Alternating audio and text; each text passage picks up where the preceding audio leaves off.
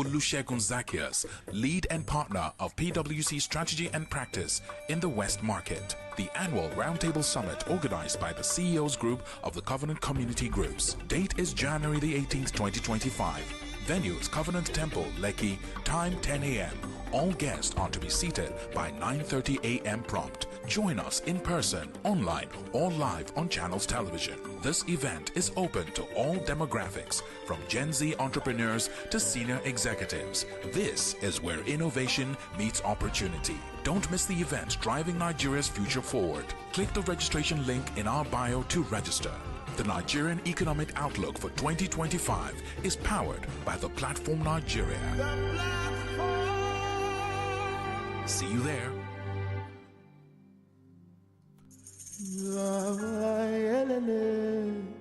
The Nigerian Economic Outlook for 2025. Join Taiwo Oyedele, Chairman Presidential Fiscal Policy and Tax Reform Committee, Olusegun Zacchaeus, lead and partner of PwC Strategy and Practice in the West Market. The annual Roundtable Summit organized by the CEOs Group of the Covenant Community Groups. Date is January the 18th, 2025.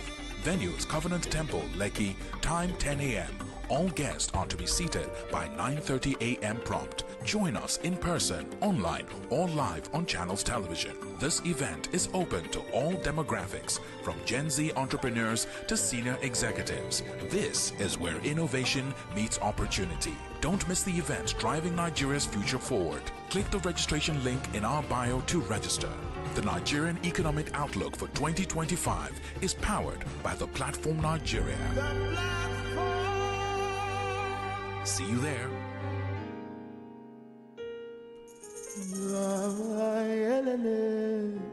The Nigerian Economic Outlook for 2025. Join Taiwo Oyedele, Chairman Presidential Fiscal Policy and Tax Reform Committee, Olusegun Zacchaeus, lead and partner of PwC Strategy and Practice in the West Market. The annual Roundtable Summit organized by the CEOs Group of the Covenant Community Groups. Date is January the 18th, 2025. Venue is Covenant Temple, Lekki. Time 10 a.m. All guests are to be seated by 9:30 a.m. prompt. Join us in person, online, or live on Channels Television. This event is open to all demographics, from Gen Z entrepreneurs to senior executives. This is where innovation meets opportunity. Don't miss the event driving Nigeria's future forward. Click the registration link in our bio to register. The Nigerian Economic Outlook for 2025 is powered by the Platform Nigeria. See you there.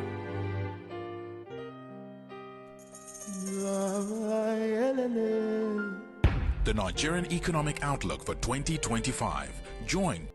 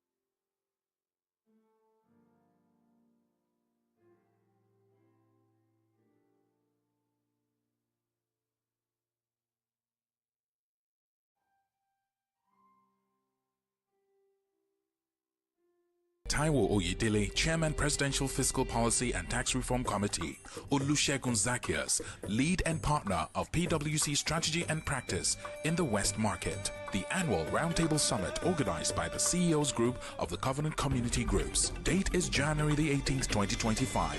Venue is Covenant Temple, Lekki. Time 10 a.m. All guests are to be seated by 9:30 a.m. prompt. Join us in person, online, or live on Channels Television. This event is open to all demographics, from Gen Z entrepreneurs to senior executives. This is where innovation meets opportunity. Don't miss the event driving Nigeria's future forward. Click the registration link in our bio to register.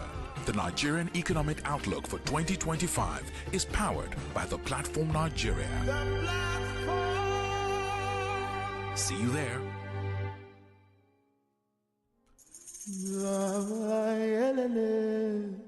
The Nigerian Economic Outlook for 2025. Join Taiwo Oyedele, Chairman Presidential Fiscal Policy and Tax Reform Committee, Olusegun Zacchaeus, Lead and Partner of PwC Strategy and Practice in the West Market. The annual Roundtable Summit organized by the CEOs Group of the Covenant Community Groups. Date is January the 18th, 2025. Venue is Covenant Temple, Lekki. Time 10 a.m. All guests are to be seated by 9:30 a.m. prompt. Join us in person, online, or live on Channels Television. This event is open to all demographics, from Gen Z entrepreneurs to senior executives. This is where innovation meets opportunity. Don't miss the event driving Nigeria's future forward. Click the registration link in our bio to register. The Nigerian Economic Outlook for 2025 is powered by the Platform Nigeria. See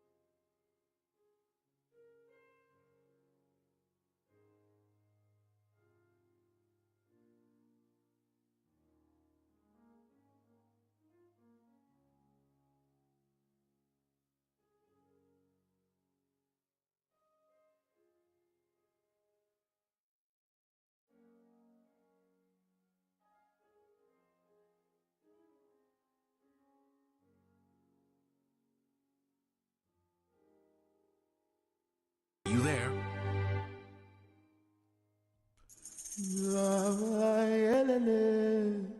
The Nigerian Economic Outlook for 2025. Join Taiwo Oyedele, Chairman Presidential Fiscal Policy and Tax Reform Committee, Olusegun Zacchaeus, lead and partner of PwC Strategy and Practice in the West Market, the annual Roundtable Summit organized by the CEOs Group of the Covenant Community Groups. Date is January the 18th, 2025. Venue is Covenant Temple, Lekki. Time 10 a.m. All guests are to be seated by 9:30 a.m. prompt. Join us in person, online, or live on Channels Television. This event is open to all demographics, from Gen Z entrepreneurs to senior executives. This is where innovation meets opportunity. Don't miss the event driving Nigeria's future forward. Click the registration link in our bio to register. The Nigerian Economic Outlook for 2025 is powered by the Platform Nigeria. See you there.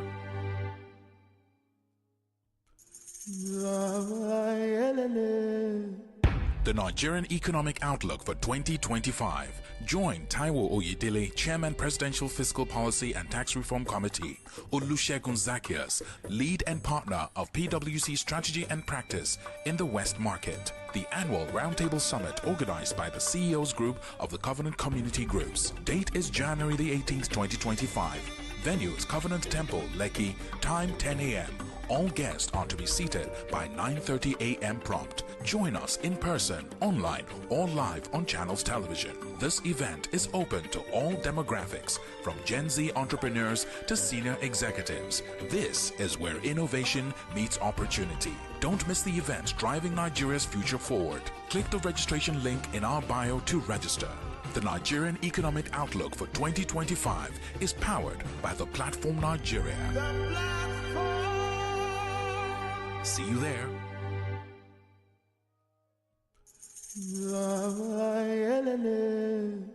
The Nigerian Economic Outlook for 2025. Join Taiwo Oyedele, Chairman Presidential Fiscal Policy and Tax Reform Committee, Olusegun Zacchaeus, lead and partner of PwC Strategy and Practice in the West Market, the annual Roundtable Summit organized by the CEOs Group of the Covenant Community Groups. Date is January the 18th, 2025. Venue is Covenant Temple, Lekki. Time 10 a.m. All guests are to be seated by 9:30 a.m. prompt. Join us in person, online, or live on Channels Television. This event is open to all demographics, from Gen Z entrepreneurs to senior executives. This is where innovation meets opportunity. Don't miss the event driving Nigeria's future forward. Click the registration link in our bio to register. The Nigerian Economic Outlook for 2025 is powered by the Platform Nigeria. See you there.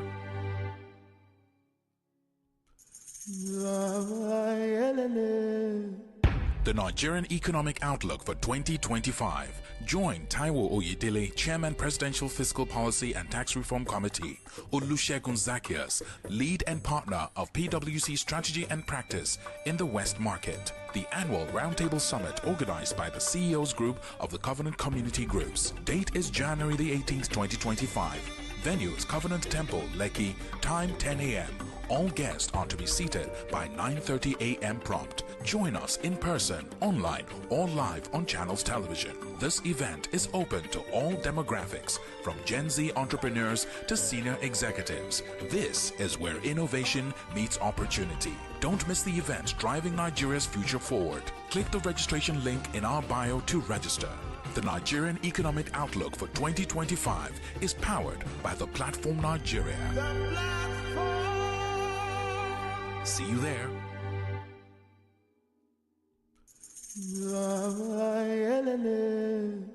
The Nigerian Economic Outlook for 2025. Join Taiwo Oyedele, Chairman Presidential Fiscal Policy and Tax Reform Committee, Olusegun Zacchaeus, lead and partner of PwC Strategy and Practice in the West Market, the annual Roundtable Summit organized by the CEOs Group of the Covenant Community Groups. Date is January the 18th, 2025. Venues Covenant Temple, Lekki. Time 10 a.m.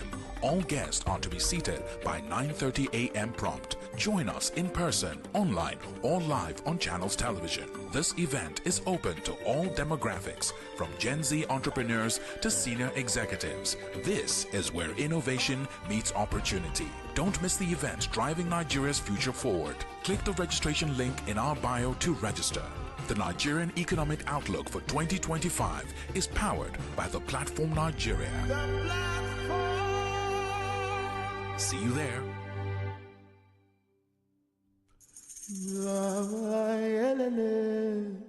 The Nigerian Economic Outlook for 2025. Join Taiwo Oyedele, Chairman Presidential Fiscal Policy and Tax Reform Committee, Olusegun Zacchaeus, lead and partner of PwC Strategy and Practice in the West Market. The annual Roundtable Summit organized by the CEOs Group of the Covenant Community Groups. Date is January the 18th, 2025.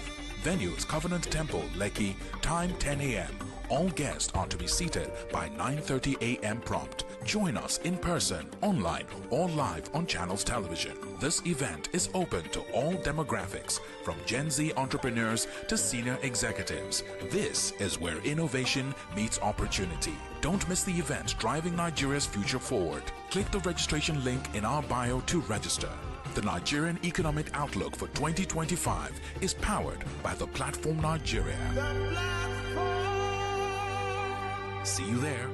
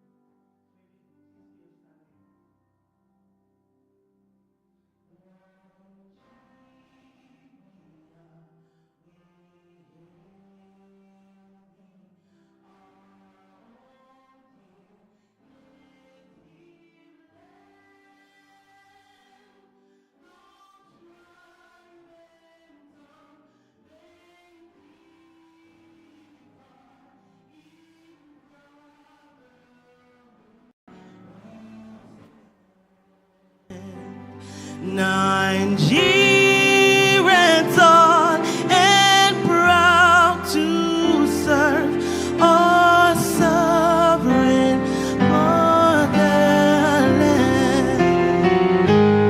Our flag shall be a symbol that truth and justice reign in peace.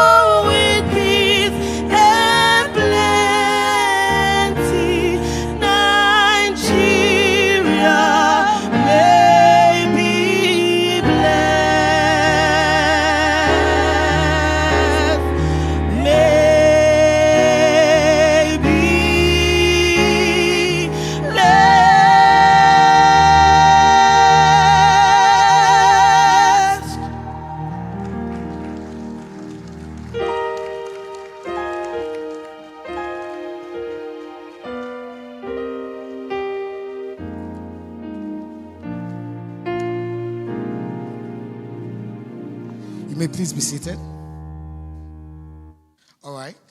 This is a live event on channels, and because of that, we'll be retaking the national anthem again for the audience online. And I trust.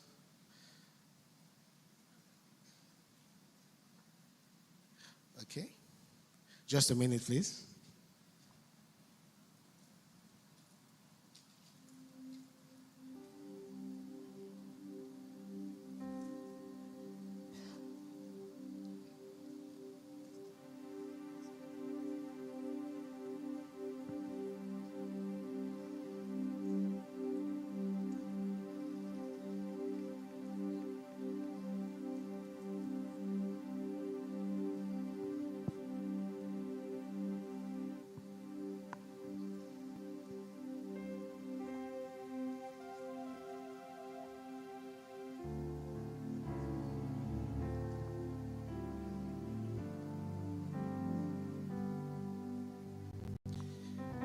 Thank you all for joining us this morning. And right about now, we'll be taking the national anthem.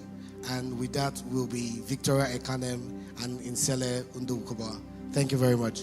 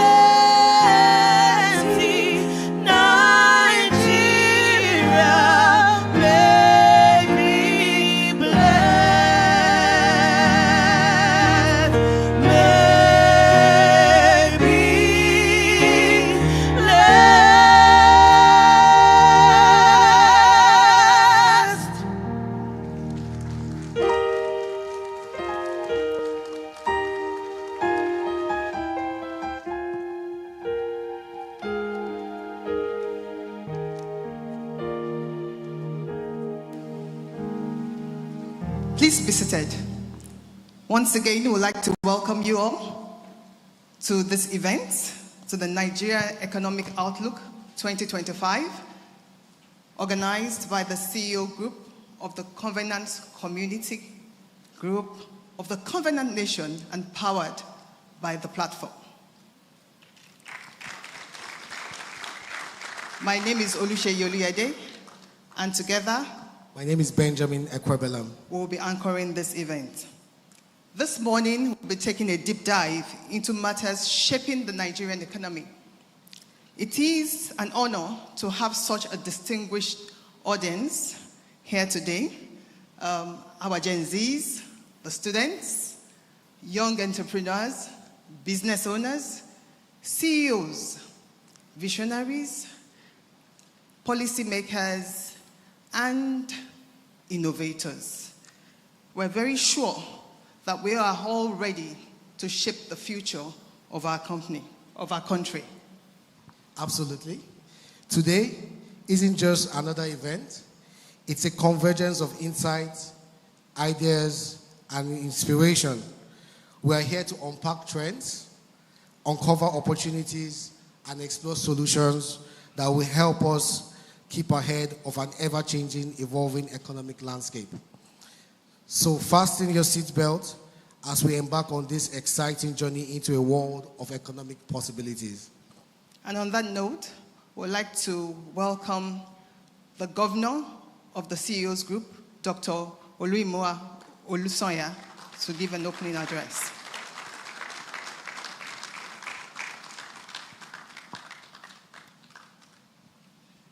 Good morning, Nigeria.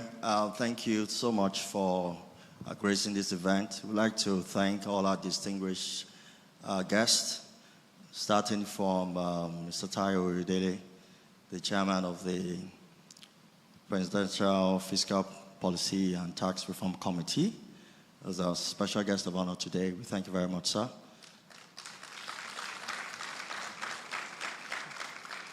We'd also like to thank all our distinguished speakers that are here today, gracing this event that we'll be having today, looking at the Nigerian Economic Outlook 2025 and looking at opportunities in Nigeria and how to move forward as we shape our nation and as we go on with the reforms that have been started by the present-day government. A little bit about the CEOs Community Group. The CEOs Community Group is one of the many community groups that was founded by Pastor Poju Oyemade in 2020. Pastor Poju Oyemade started the first community group in the year 2020, and it has evolved into a community of so many professionals, so many like-minded people that are helping one another, shaping the discourse in this country in different fields and endeavor. And for the CEO Community Group, we are focused on peer-to-peer mentoring and building one another in all spheres of life, in all industries. And this program, this is the third edition of this program. And this program is powered by the platform in this third edition. We're trying to see what we can do with the vast opportunities that exist in the Nigerian economy, looking at all the reforms of the government, looking at what is possible despite all the challenges that we have. We know that a lot of possibilities exist, and this is what we'll be examining today in this discourse. So welcome once again to this 2025 roundtable, the Nigerian Economic Outlook 2025. Thank you.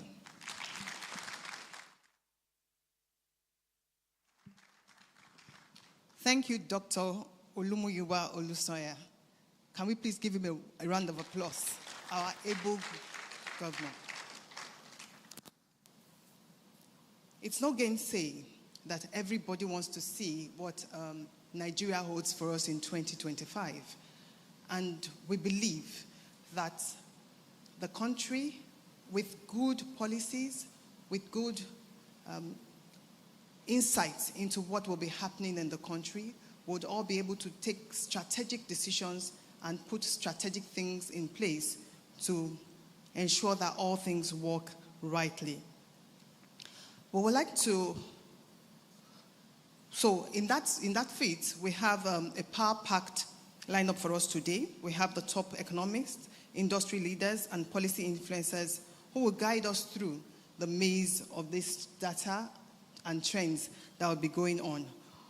And so, on this note, we would like to introduce Mr. Zacchaeus, economist, lead and partner of PwC Strategy and Practice in West Market, for the Nigerian Economic Outlook presentation.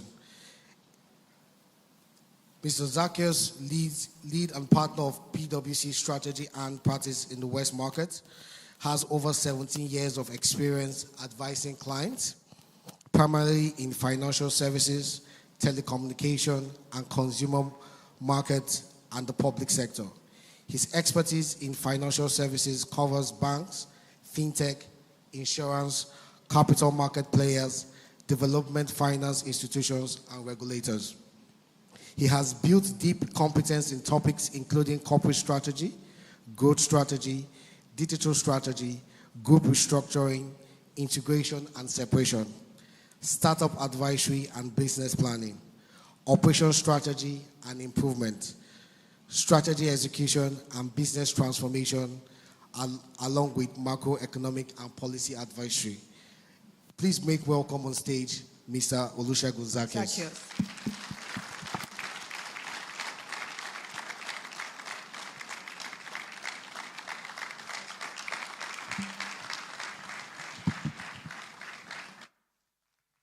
Good morning, everyone.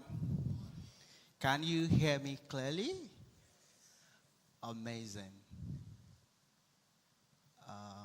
Do we have the slide up?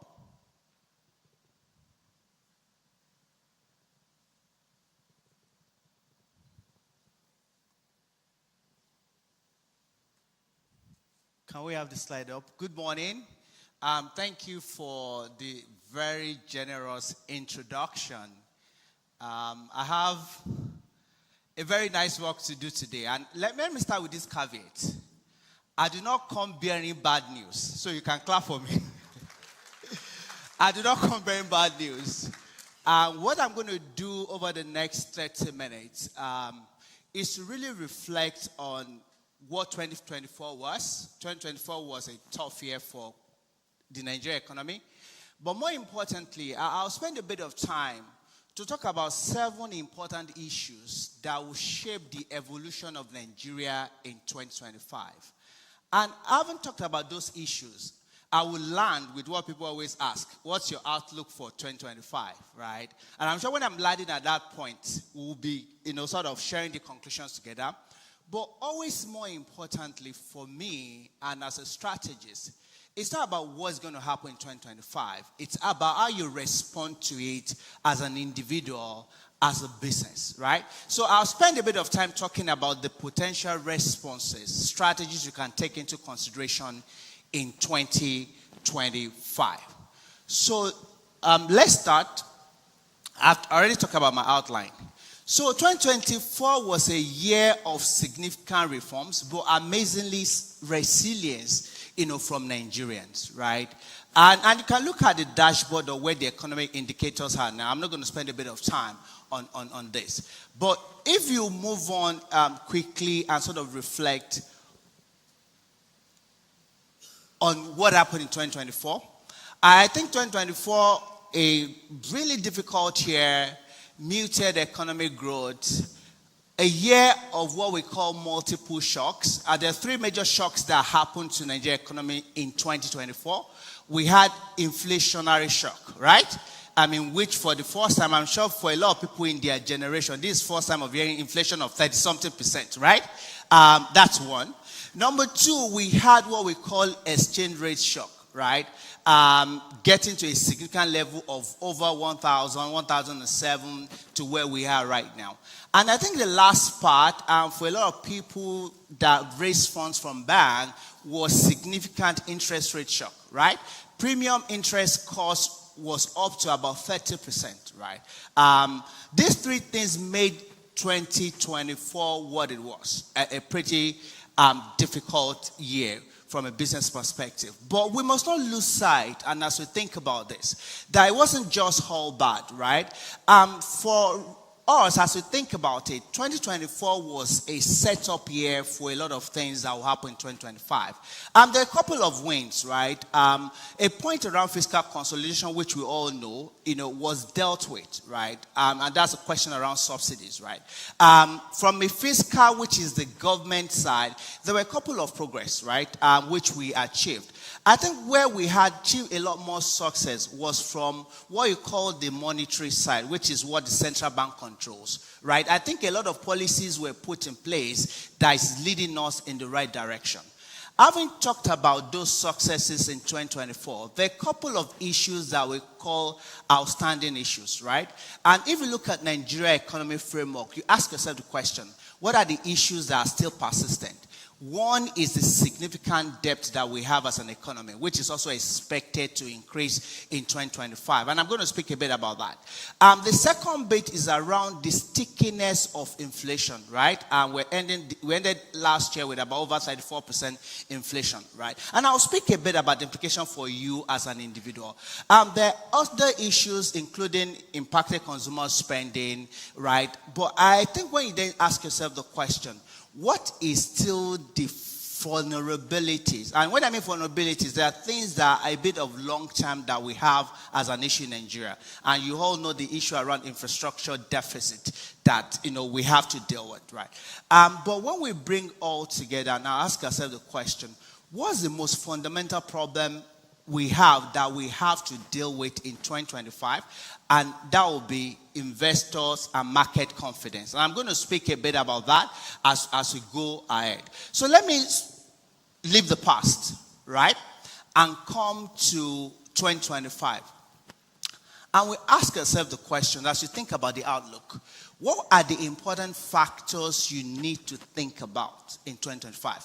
We've sort of articulated 7 big issues that I'm going to show you on the next slide. And the things you need to think about as an individual, as a business owner, and as a career person, as you think about 2025. The first point is around the fiscal policy, which, when you say fiscal policy, it means what the government is doing. What we've seen is that from a government perspective, we've done quite a lot of work on revenue generation, and we've achieved quite a bit. And with the tax reform, thankfully Taiwo is here, was he going to achieve a lot more? So, but the question we must look at from government is that beyond revenue generation, what are the broader relevant policies that must be executed to drive economic growth within Nigeria, right? That's one. And we need to think carefully about that, because even if you ask the question around inflation, you realize that there's a significant role the fiscal authority needs to play to address inflation. Right? And one of the things people have said when you talk about inflation is high interest rate may not be the only solution to address inflation. So which means the fiscal authority, we need to think about and talk about how they play a role in sort of shaping the economy beyond revenue generation. I'll speak a bit about that as we go ahead. The second point is what I call disciplined monetary policy. Right? So let me explain this very simple. Economy is about production, right? What you produce. And opposite of production is that people buy what you produce. It's also about spending, right? And so at the end of the day, it's our production, spending, everything has to do with money, right? It's the basis for transaction. So when you hear the word monetary policy, it just talks about how money is controlled and managed within an economy. For example, you talk about the price of money. The price of money can be interest rates, right? The price of money in other currency is what? It's exchange rate, right? So when you hear the word monetary policy, it has to do with what the government is doing in managing the money in the economy, right? This is a very, very important part of the outlook of 2025. And the question we need to try and answer is that there are 3 big questions. How will foreign exchange evolve in 2025? Are we going to have better stability, right? And the second point is, how will inflation be addressed from a CBN perspective? And the third point is that how will interest rate be addressed? Let me spend a bit of time on this. So there's a fundamental question around exchange rate stability. And the way you look at it is to ask yourself the question, what are the factors that determine if an exchange rate is stable or not? And note the word I'm using. I'm not talking about exchange rate's price. I'm talking about exchange rate stability. And stability means you can, as a business, predict, what the evolution of exchange rate price will be, right? And that's usually the policy function. And you ask yourself the question, so what are the things that determine the exchange rate policy? So there are 5 big factors, right? There's a factor you call price discovery, which means prior to the last 2-3 years, the question you ask yourself is that, what determines what dollar is to naira? Have you ever thought about it? Did it used to be Adegoke FS? Where you go to decide whatever you see, right? Or what your malam tells you, right? But who told your malam what the price should be? Right? So the process of discovering what the price of FX is a part of the problem we used to have. And I want you to listen to this. First factor was a major problem. But if you look at where we are now, that problem has been solved considerably. Do we agree? Right? And you can certainly know where to go to get FX price. So that's first factor on FX stability. The second factor you need to think about is what we call demand-supply gaps, right? Prior to recent times, right, we hear manufacturers saying the central bank is owing us $7 billion, $10 billion, right, that they've not fulfilled. As at where we are today, all the significant amount of that backlog has been what? Has been cleared. Right? The third point around FX is the point around liquidity. And let me spend a bit of time on this. Liquidity is really the availability of FX within your economy. And in the long term, what determines your overall liquidity is how you export, right? Is how you earn dollars, right? Every other thing you do in between is just intermediary. So what are the factors that determine foreign exchange liquidity in Nigeria? The main factor is oil production. And if you look at the data, until recently, oil production fell as low as 900,000 to 1 million barrels per day. But guess where we are now? The latest information saying we've also almost gotten to 2 million barrels per day when you include what you call condensate. So you look at that oil production as a factor, you realize that we've gone significantly towards the positive side. Then you also ask yourself the question, what other factor? Oil prices in the international market, right? And if you look at it, we're at relatively stable price between 75 to 80 to 90. That has gone up significantly. The third point you think about around liquidity of FX is remittances. And I'm happy we're going to talk about JAPA. Is JAPA good or bad? So when you think about remittances, you know that JAPA is what? Is good. Right? So remittances, what usually had been happening is that remittances does not go through the official channels when it comes back to Nigeria. So remittance is the money sent, from abroad to Nigeria. What you have seen has happened significantly, that has grown significantly in the past few months. Right? So when you pull all this together, and I want you to conclude with me that, look, if the factors when the FX was unstable have been reasonably addressed, why should FX rate not be stable in 2025? I'm sure you can answer that question for yourself, right? One last point is what we call the market and investor confidence, right? Which was bad, when things were a bit, murky. But now, two dimensions to it. If you look at the global investors, you begin to hear some positive feedback around our policies, etc. and all that. But when you still ask local investors, they're a bit worried, right? They've not gotten to that point of conviction that things are moving for the better. And that's where the fundamental challenge is. So when you bring me back to my point, when you ask the question on are we going to have FX stability in 2025, what's the answer? So I don't need to talk again. But there's a trick. The trick is the behavioral element of this. If investors do not build the confidence in our economy, if there's a policy reversal, right, and if speculators continue to push against our naira, we might have pressure. But the general trend that we see in 2025 is that there will be better FX stability. And some people have said within the range of 1.5 to 1.6, we may be what we have. Obviously, this outlook is also subjected to the fact of not having what you call oil price shocks, which means if there's a significant cut in production of our oil, right, it means our FXN will reduce. Or if there's a reduction in price, right, it's also affected. But going back to my point on disciplined monetary policy, and from an FX perspective, we expect this to be a lot more stable in 2025. Then we move a step ahead and talk about inflation. And you need to understand the impact of inflation on the economy. For all of us, anybody that has money in the bank, that has money anywhere, that is not earning up to 34% is losing money. Do you know that? Every money, all the money you have at the back of your pillow, etc., they've lost their value. And the simple way to test is that just take the same 100,000 you used to take to Ebano last year. You realize that it gets a lot lesser. And what economists they call something the real interest rate, which a simple math you can do is that you remove your interest rate, inflation rate from it.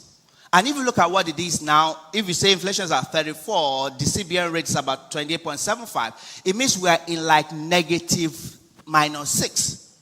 So which means there's a negative real interest rate. So that's why inflation is really bad. So how will inflation evolve in 2025? So the same question you ask yourself, what are the factors that drives inflation? Right? Economists will say in the long run, inflation is a monetary phenomenon. What does that mean? It means inflation is driven by the amount of money supply within the economy, right? The question we ask, how did we get here? There are several reasons. There's the angle of supply side, which has to do with production, right? If, for example, the production of food, right? We know it has been hampered because of insecurity, etc. And when you look at the number of inflation, you realize that food has been a major driver. But the second part that people don't talk much about is also a monetary phenomenon. Because in the past 3-4 years, we had a lot of money liquidity in the economy that was not going for productive or production purposes, which is also sort of driving inflation direction. So when you look at that and ask what can be done, so what has been done so far? What the central bank has done so far is to increase interest rates. Which means if you increase interest rate, right, what a rational investor will do is that interest rate is right in the bank. I'll take my money instead of spending it, I'll go and keep it in the bank. It does sort of reduce the amount of money chasing the goods in the economy, right? Has that been effective? Yes, it has been. But the question you then ask yourself, even if central bank keep chasing this, right, there are supply factors or what you call the fiscal areas that have to be dealt with, which has to do with production and a number of other things, right? So when you look at 2025 and you ask and look at those factors, will inflation be better? There are a couple of answers you can have. There's something called base effects. Let me explain it this way. If something cost 100,000 last year, right? And it's costing 120,000 this year. It has increased by what? 20%, right? Am I correct? If something now costs 120,000, right? And it's still increasing by that 20,000, you realize that the rate of increase slows. So because we've had high inflation last year, right? Because of the measurements on an annual basis, inflation will naturally be lower this year. Right? Do we agree with that? The second point is there's a conversation around rebasing the basket of inflation, right? Which will also potentially affect this. Then if we then look at the element of imported inflation, which is also quite significant, once there's exchange rate stability, that impact will also reduce. But the other factor you then need to ask yourself, telecom tariff hike is coming, which will further increase prices. Energy for all of us in band A, you know what that means. If there's any increase, it also affects. So, but when you put all this together, the answer to the outlook is that potentially inflation will reduce in 2025, but maybe not to the 18s. It will likely be in the mid-20s, right? Which is better and means we are progressing. The last point I will talk about disciplined monetary policy is the point around interest rate, Right. What do we see as evolution of interest rate? We see this follow the direction of inflation. If inflation comes down a bit, we expect the monetary authority to also be a bit muted in the level of interest rate we have in the market. That's that. Let me quickly run through the next 6 points, and let me start with the global trend as a factor to consider. Don't forget, economic or something open economy, which means we do a lot of trade with international economy. Whatever happens in the international environment will affect us. For example, Trump could affect us both positive or what? Or negative. Right? So let's start. What are the key factors you consider? There are 3 broad areas to look at from a global perspective. The first one is what you call conversation around geopolitics, which means geopolitics means how do countries play politics with one another. Right? Then the second point around mega trends. Right? And the third point around global economy. Let me spend a bit of time on talking through each. On the geopolitics landscape, there are a couple of points. There are wars, right? And we see one war ending very soon, right? Yeah, Israel-Hamas, that's gone. We don't know what's going to happen with Ukraine, Russia. I'm more optimistic that it will likely also slow down, right? So from a war perspective, we see that stabilizes a bit in 2025, right, on geopolitics. But when you talk about trade and geocompetition, we see that accelerating. We've heard about, the China and US. We heard about the tariff that, the new president wants to give across all the South American countries, etc. and all that. What this does is that it hampers global trade. And when global trade is hampered, it's both good or bad. It can be good in which some trades will be routed back to Nigeria if we can produce well, right? It can be bad if we lower the overall global demand. And when global demand reduces, it means global demand for oil will reduce. And when oil price reduces, it means Nigeria will suffer, because don't forget, FX is dependent on that thing that increase liquidity. Can you see the connection? Right? That's on geopolitics. We expect geopolitics, we're not clear about it, right? Some good signals that you can think about when you read the news is Trump's promise to address the TikTok issues. And I'm sure if you read the news, TikTok is supposed to be banned in the US, but he's going to address it, right? And also, if you take a view that Trump is a businessman, that will also positively affect the overall geopolitics outlook more to support businesses than anything else. Right, let's talk about mega trends. There are 2 mega trends I'll just speak about, and they affect us. One is sustainability. Sustainability is a critical element of, global economy, but what you begin to see is that there's a bit of slowdown and reversal. For example, all the global banks have sort of promised to go the sustainable ways in their funding. All of them are making reversal, that they're no longer doing that, right? But if you then look at the other side, is that there's still a lot of opportunity, a lot of green bonds, etc., that can form a source of funding for businesses within Nigeria. So how would that evolve? We see that a bit not growing as fast as we had thought. The second global factor to consider from a megatrend perspective is artificial intelligence, right? This will continue to be a factor both from a country to country perspective, and it will shape the evolution in 2025. The last part of the global is the demand, and the forecast for the global economy from World Bank will say it will grow by 2.7%. Morgan Stanley will say it will probably grow by 3%. The global economy will be okay in 2025, subject to any major shock from war, etc. and all that. And when you bring all this together, let's say, how does it affect us in 2025? Couple of points. Interest rate within the global economy will be lower than it used to be. What does that mean? It means our plan to borrow significant amount from global market will be at lower cost, right? Which also helps the government, right? So let me move away from global and talk about 2 things very quickly. Security and stability, that we also need to continue to watch out for. There's been increased attacks now in the northeast, etc. and all that. This will potentially affect the outlook in 2025 and is a risk to watch out for. The one other important point is about consumer recovery, right? Consumer has been battered. In 2024, consumer expenditure, if you look at the GDP by expenditure, reduced by more than 30%, which means, and our disposable income has reduced dramatically. That's a pressure point. What could work in the right direction, right? What could work in the right direction is that if you also look at the budget, significant amount is budgeted for social intervention. We're hoping that is better transmitted to the segment of the economy that requires that. If that is done, that could potentially offset or fast sort of speed up the recovery of consumer within the marketplace, right? Obviously, there's still persistent challenge with poverty, with unemployment, which we still have to deal with because it's a structural issues and will not be resolved in 2025. When you put all this together and ask yourself the question, what do we see in 2025? Just to summarize.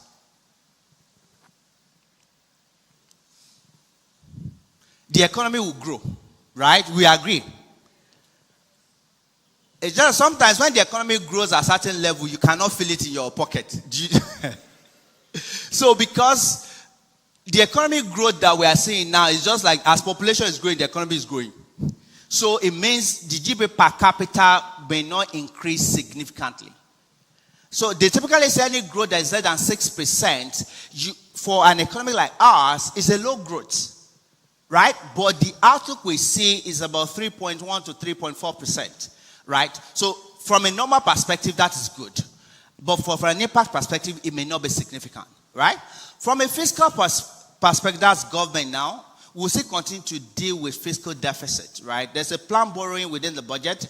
I'm thinking, despite our revenue ambition, we will still borrow much more than what we have in there.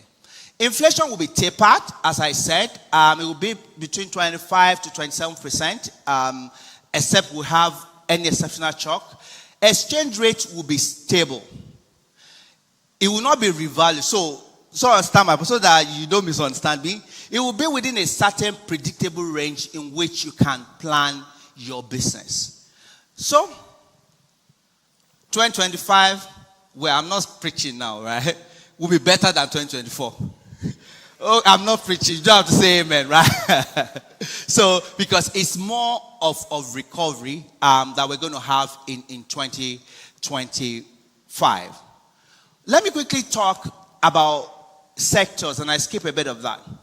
If you look at the economic sector, and if you've been hearing the story about the GDP rebasing, you realize that one area that has come in significantly is real estate. Right? Real estate is almost like third or fourth in line right now. So in the economy, there are quite a lot of area of opportunities as we know, right? And I just mentioned a few areas I would think will continue to be significant in 2025. From agriculture perspective, area on agro-processing, because of the government focus on agriculture, will continue to be significant.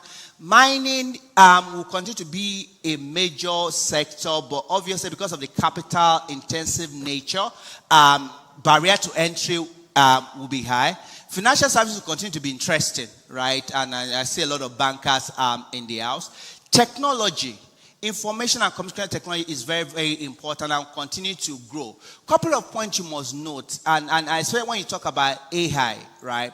AI needs two things to thrive, right?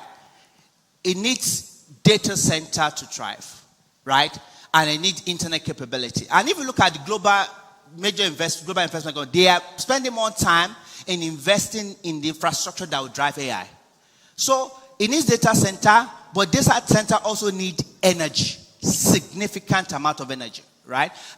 We'll see that continue to play out globally, and obviously there are a couple of conversations even locally around this. Manufacturing, interesting sector, a sector we need, but it's one of the most vulnerable sectors to all economic vagaries, right? It will continue to be interesting, and people that run manufacturing, I always like to doff my hat for them. Real estate, from construction perspective, real estate will continue to be an attractive area we must think about. Let me quickly land on this slide because I've just sort of presented a view of the outlook, but it's always more important of how you respond as an individual and as a business to the outlook. And as we think about this, we've identified, some big 7 things that you must think about, both as a business owner, as a career person, as an individual, as you go through 2025. And we've tried to use the word consultant, they like to use things that makes it easier. But I think one of the things we must think about strongly is how you must reinvent your business model, right? Business model talks about how you go to market, how you do your business, right?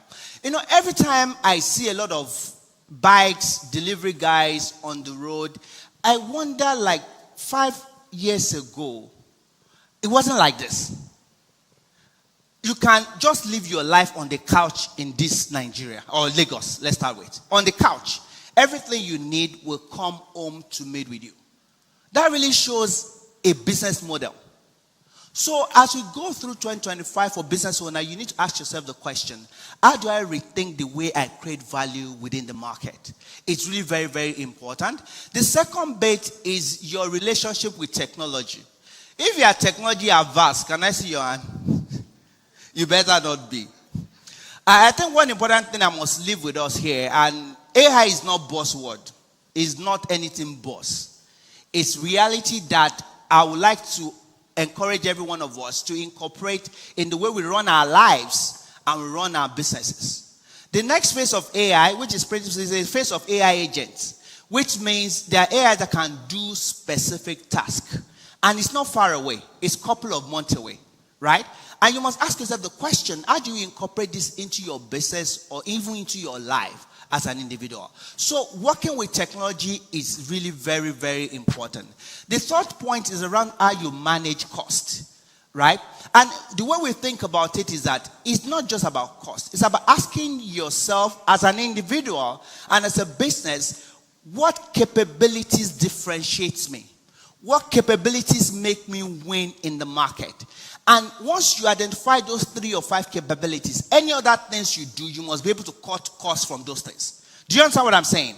I'm not saying you should just go and cut costs. You need to identify what differentiates you as a business, what differentiates as an individual. Any other thing outside those things must be areas that you cut costs. As I sort of wrap up, because my time is up, is obviously we must rethink talent for our businesses, and we're going to spend a bit of time talking about that.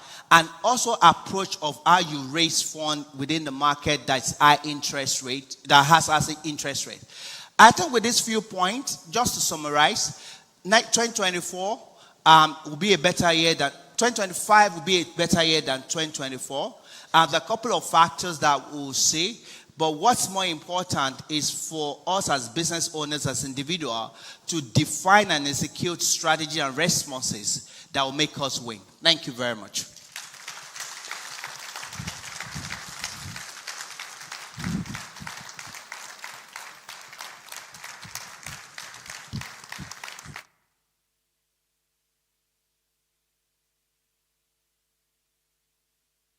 Another round of applause for our speaker.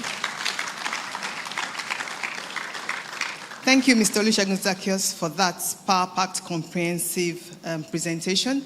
I hear the buzzwords, if technology is not your friend, make technology your friend. AI has come to stay. Our next speaker is someone who needs no introduction, a trailblazer in tax matters, economic strategy with a knack of making complex fiscal economic concepts crystallize clear. Please join us in welcoming for our keynote speech our special guest of honor and chairman of Presidential Fiscal Policy and Tax Reform Committee, Mr. Taiwo Oyedele. Mr. Taiwo Oyedele is the chairman of the Presidential Fiscal Policy and Tax Reforms Committee, set up by the President Bola Ahmed Tinubu in August 2023. This pivotal committee is tasked with spearheading comprehensive reforms with a focus on fiscal governance, revenue transformation, and facilitating sustainable economic growth and competitiveness. Before his current role, Mr. Oyedele was a prominent figure at PwC, where he served as the fiscal policy partner and Africa tax leader. With over 2 decades of experience at PwC, PricewaterhouseCoopers, including more than a decade in senior leadership role, he amassed extensive expertise in tax advisory, reform advocacy, business strategy consulting, leadership development, and policy decision and execution. His other prominent positions held include thematic lead of the Fiscal Policy and Planning Commission and chairman of the West Africa Debt Management Roundtable at the Nigerian Economic Summit Group, chairman of the Taxation and Fiscal Policy Faculty, board of the Institute of Chartered Accountants of Nigeria, member of the Nigerian Tax Standards board of the Chartered Institute of Taxation of Nigeria, and member of the Ministerial Committee on the Design and Implementation of Nigeria's National Tax Policy. Mr. Oyedele, he is an author, keynote speaker, mentor, and a respected commentator on finance, business, and economic issues. He is a fellow of the Nigerian Leadership Initiative, former member of the Global Tax Forum and Council of the Association of Chartered Certified Accountants. His academic contributions include serving as an associate professor at Babcock University and as a guest lecturer at the University of Lagos and the Lagos Business School. He's an alumnus of the London School of Economics and Political Science, Yale University, Harvard Kennedy School of Executive Education, and Mr. Oyedele also served as an examiner and contributed to the development of curricula of leading professional bodies. In addition to this, his professional and academic achievements, Mr. Oyedele is dedicated to social impact as the founder and president of the Impact Africa Foundation. His visionary leadership and commitment to excellence continues to inspire transformative change across social, fiscal, and economic landscapes. Can we please give another round of applause to Mr. Taiwo Oyedele?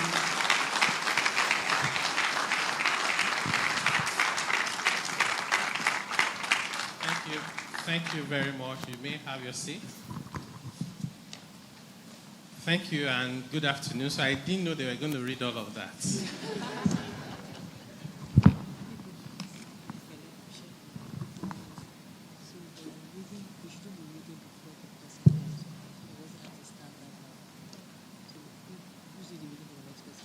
Okay, so in the limited time that I have, which I think is about 30 minutes, I have a lot to share with you. So I'll go straight into it and I'll keep it simple.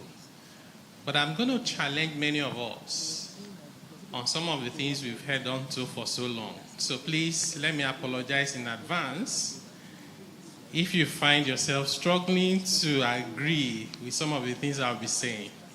You can process them later. I have decided that I will title my presentation, May Nigeria Work for Me. Yes. You will get the context as we go along. I've structured my presentation into 5, and my brother did a very good job, so made my job extremely easy. So the 5 parts that I'm going to be speaking to, it's about Nigeria, and by extension, it's about you. The first part is what was. In other words, where we were. Then we move on and talk about what is, which is where we are now. We move on to number 3, which is what could have been.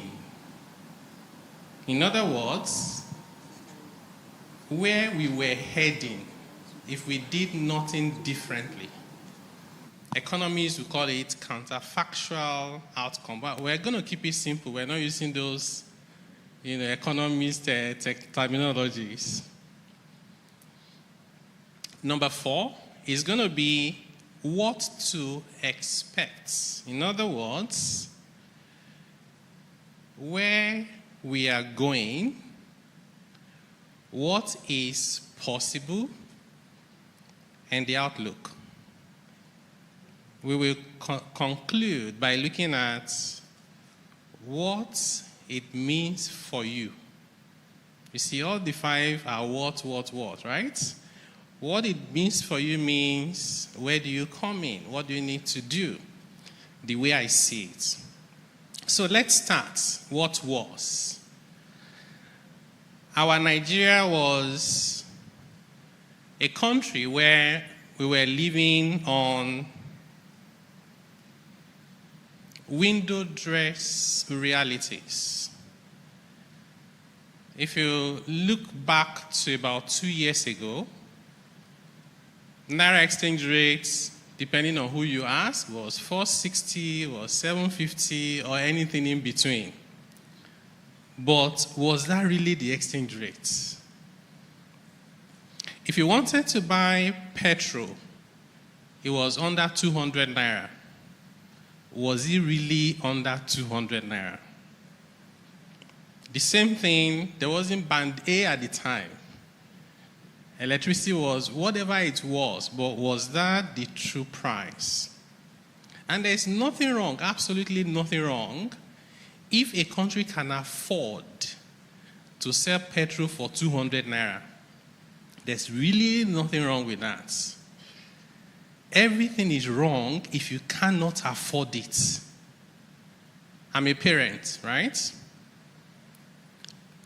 I should send my kids to school. There's no conversation needed about that. If I can afford a school of 50 million naira per term, fantastic. If I cannot, they will do only first term. And the entire family will be bankrupt. They won't be able to complete their education. Maybe I should look for a school of 200,000 naira per term. Use prayer to support it. After all, many of us, we didn't go to Harvard. Those Harvard that they read was adult education. So, Nigeria looked artificially better than it really was. And then we had this sense of our economy is not great, but it's also not too bad. But because we're not facing our realities, we thought that our economy was the largest in Africa. Our GDP was around $450 billion. You know, some people said, this Tinubu came within 2 years, Nigerian economy became number 4, number 5. He did not lose half of it. That value was lost. We just didn't recognize it. We didn't calculate it. We thought our per capita income was around $2,000 per person. We have now realized it's not up to that. Fiscal deficit to GDP was rising. Nigeria spent 96%. Let's just say 100%. You know, when they taught us maths in school, they said you can round up stuff. So 96% and 100% are almost the same. Nigeria spent all its revenue to service debt. We were not paying the debt back, just to service it. In other words, every other thing we did, from paying salaries, to fighting Boko Haram, to traveling abroad, and allowances, we borrowed. We were not borrowing at 1 and 2%, because borrowing has class and category. When Japan borrows, in fact, until recently, Japan was borrowing at negative interest rates. Their debt to GDP ratio is over 200%. But if, my brother, I can borrow 1 million naira from you, we both agreed that I will pay you back 950,000. You agreed, me agreed. Why should I not borrow more? When Nigeria borrows, it's not just double digits, it's high double digits. Those were the borrowing we're using to do everything, and our revenue was just paying for debt service. If anybody was not losing their sleep with just that alone, they must be from a different planet. The outcome of what was happening to us was predictable 100%. It was a Sri Lanka waiting to happen. It was a Venezuela. There are countries where you hold money and you'll not be able to find fuel to buy. There was a time in Sri Lanka when you couldn't drive your car every day of the week. They told you when you could drive because there's no fuel. Our GDP growth rate was very low. Over the past 10 years, less than 2%. If you do it in real terms, dollar terms, it was negative. Waste and means was high. We were printing money to spend. Of course, if you were using your revenue to service debt, everything else you need to borrow, right? The borrowing capacity was limited because you couldn't borrow abroad. You know why? Because the person that wants to lend you money will say you are too risky. It's just like you are a very poor person. You walk to the top bank in Nigeria, you say, I have potentials. If you can only give me about 2 million naira loan, they won't give you. They will be asking for cash flow and you don't have it, right? So, because we couldn't borrow abroad and the capacity to borrow locally was limited, we started printing money to spend. That was even a bigger danger than anything else. Every time you print money, you know it's simple arithmetics. If the value of everything in Nigeria was 1,000, and you have 1,000 naira, it's 1 to 1. The value has not increased. You printed 200 naira. The value of 1 naira before falls by 20% that you just printed. Ladies and gentlemen, we printed close to 40 trillion naira. Printing and the interest on it.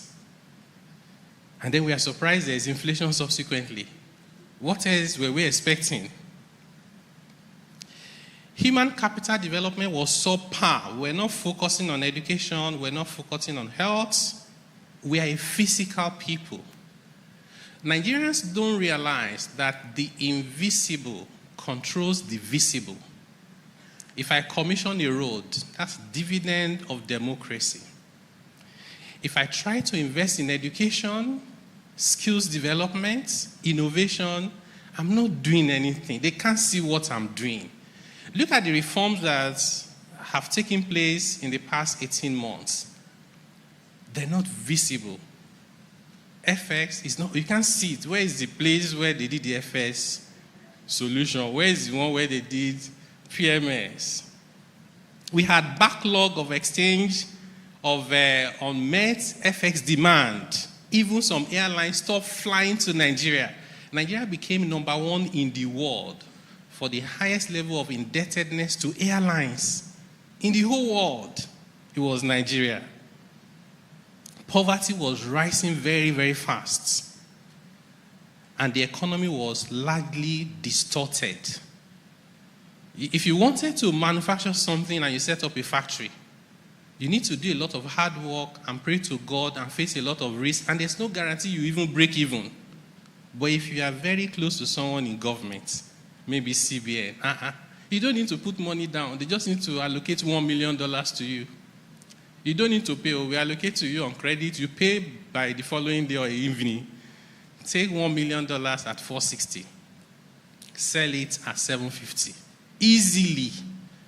You have made close to 300 million naira without lifting a finger. The guy that is building factory is still trying to finalize documentation for C of O for the land.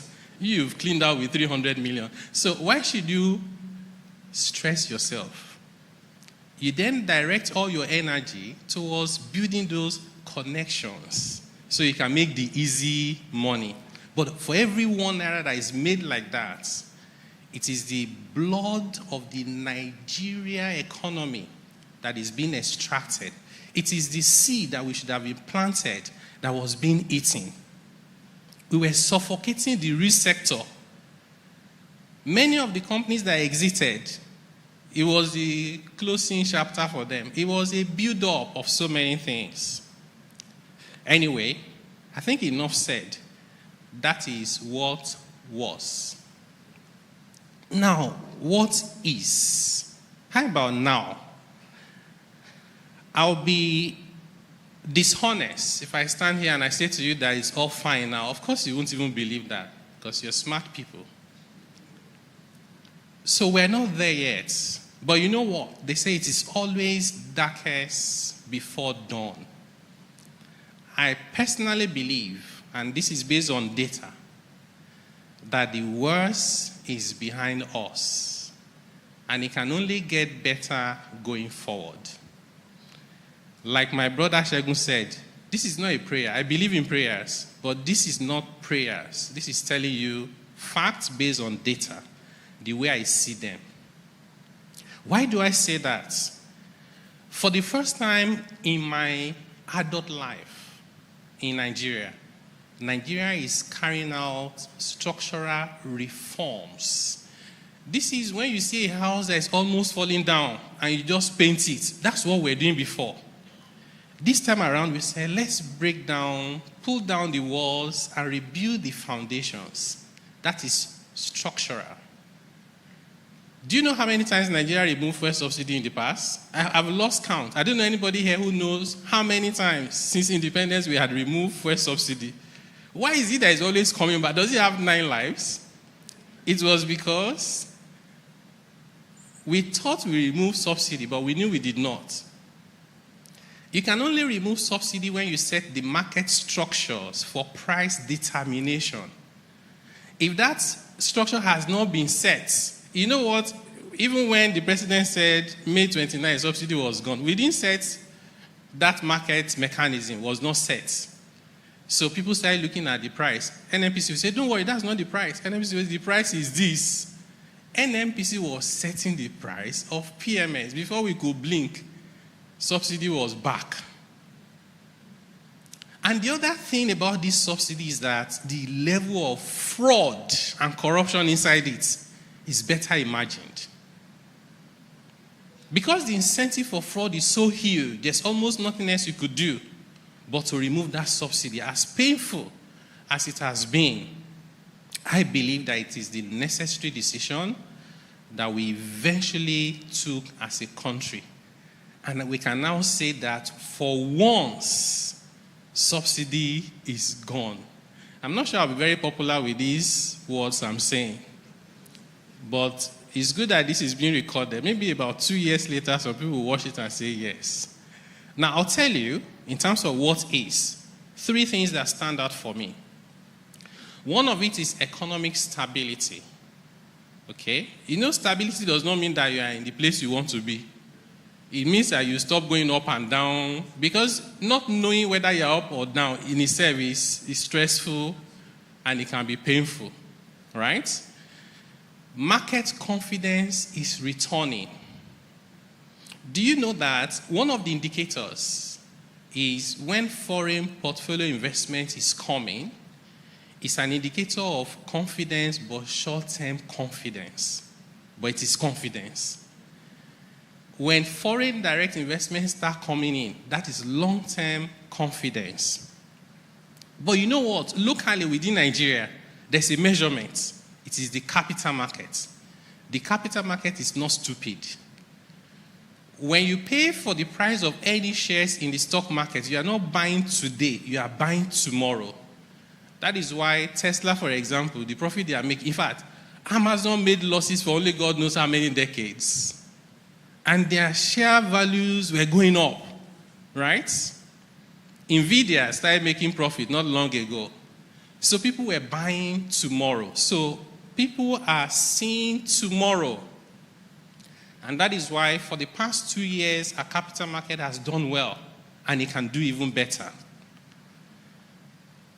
Let me give you another important data. Our fuel consumption, just PMS, was said to be around 70 million liters a day. That's what they told us. We had no other means of verifying whether it is true or not, right? NMDPRA says for truck out, as you carry it and you leave, their own count was around 66 million liters a day. But you know what? It is now down to around 40 or even less. You know that difference we have saved is equivalent to at least $20 million per day. I'm not saying that is government revenue. I'm saying that is the demand pressure on FX that has disappeared. $20 million every day has disappeared in terms of what we needed to find, or the opportunity cost of the crude oil would have sold. Just imagine pressure of $20 million every day coming back, right? And do you know that, in my own estimation, 90% of our economic problems, as we can see them, are tied to FX. So people think it's fuel subsidy removal. No, it is not. The fuel subsidy removal is very marginal impact. I looked at the exchange rate of South Africa 10 years ago, the exchange rate of Kenya 10 years ago, and the exchange rate of our dear country, Nigeria, 10 years ago. I looked at their imports to GDP, exports to GDP, and the nets for the past 10 years. Guess what? Nigeria was not doing worse than South Africa or Kenya. And if Nigerian Naira had maintained the same level of stability as Kenya shillings or South African rand, do you know that Naira today will be about 260 Naira to the dollar? Don't do any magic. Just the same level with your peers, who's there. But why is it?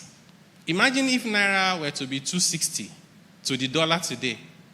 Even PMS itself, it will respect itself, it will be around 200 and something. Band A, nobody will complain about Band A. Inflation will not be 34%, right? So why is it that Naira is 1,500 and something? You know what I found out? My brother answered part of the question, but that is the official part. The official part is level of supply and demand. I just told you now that our supply and demand is no worse than Kenya and South Africa, right? People will say Nigeria is heavily import dependent. It's a lie. Import to GDP is under 20%. Most countries, including Africa, they have, even China that is producing for the world, it's more than that. I'll tell you the biggest problem. And we need to be honest with ourselves. Nigeria's biggest problem with FX is not the supply of FX. It is the illicit demand for FX. If I want to be politically correct, I'll say discretionary demand for FX. This discretionary demand is both in the public sector and in the private sector.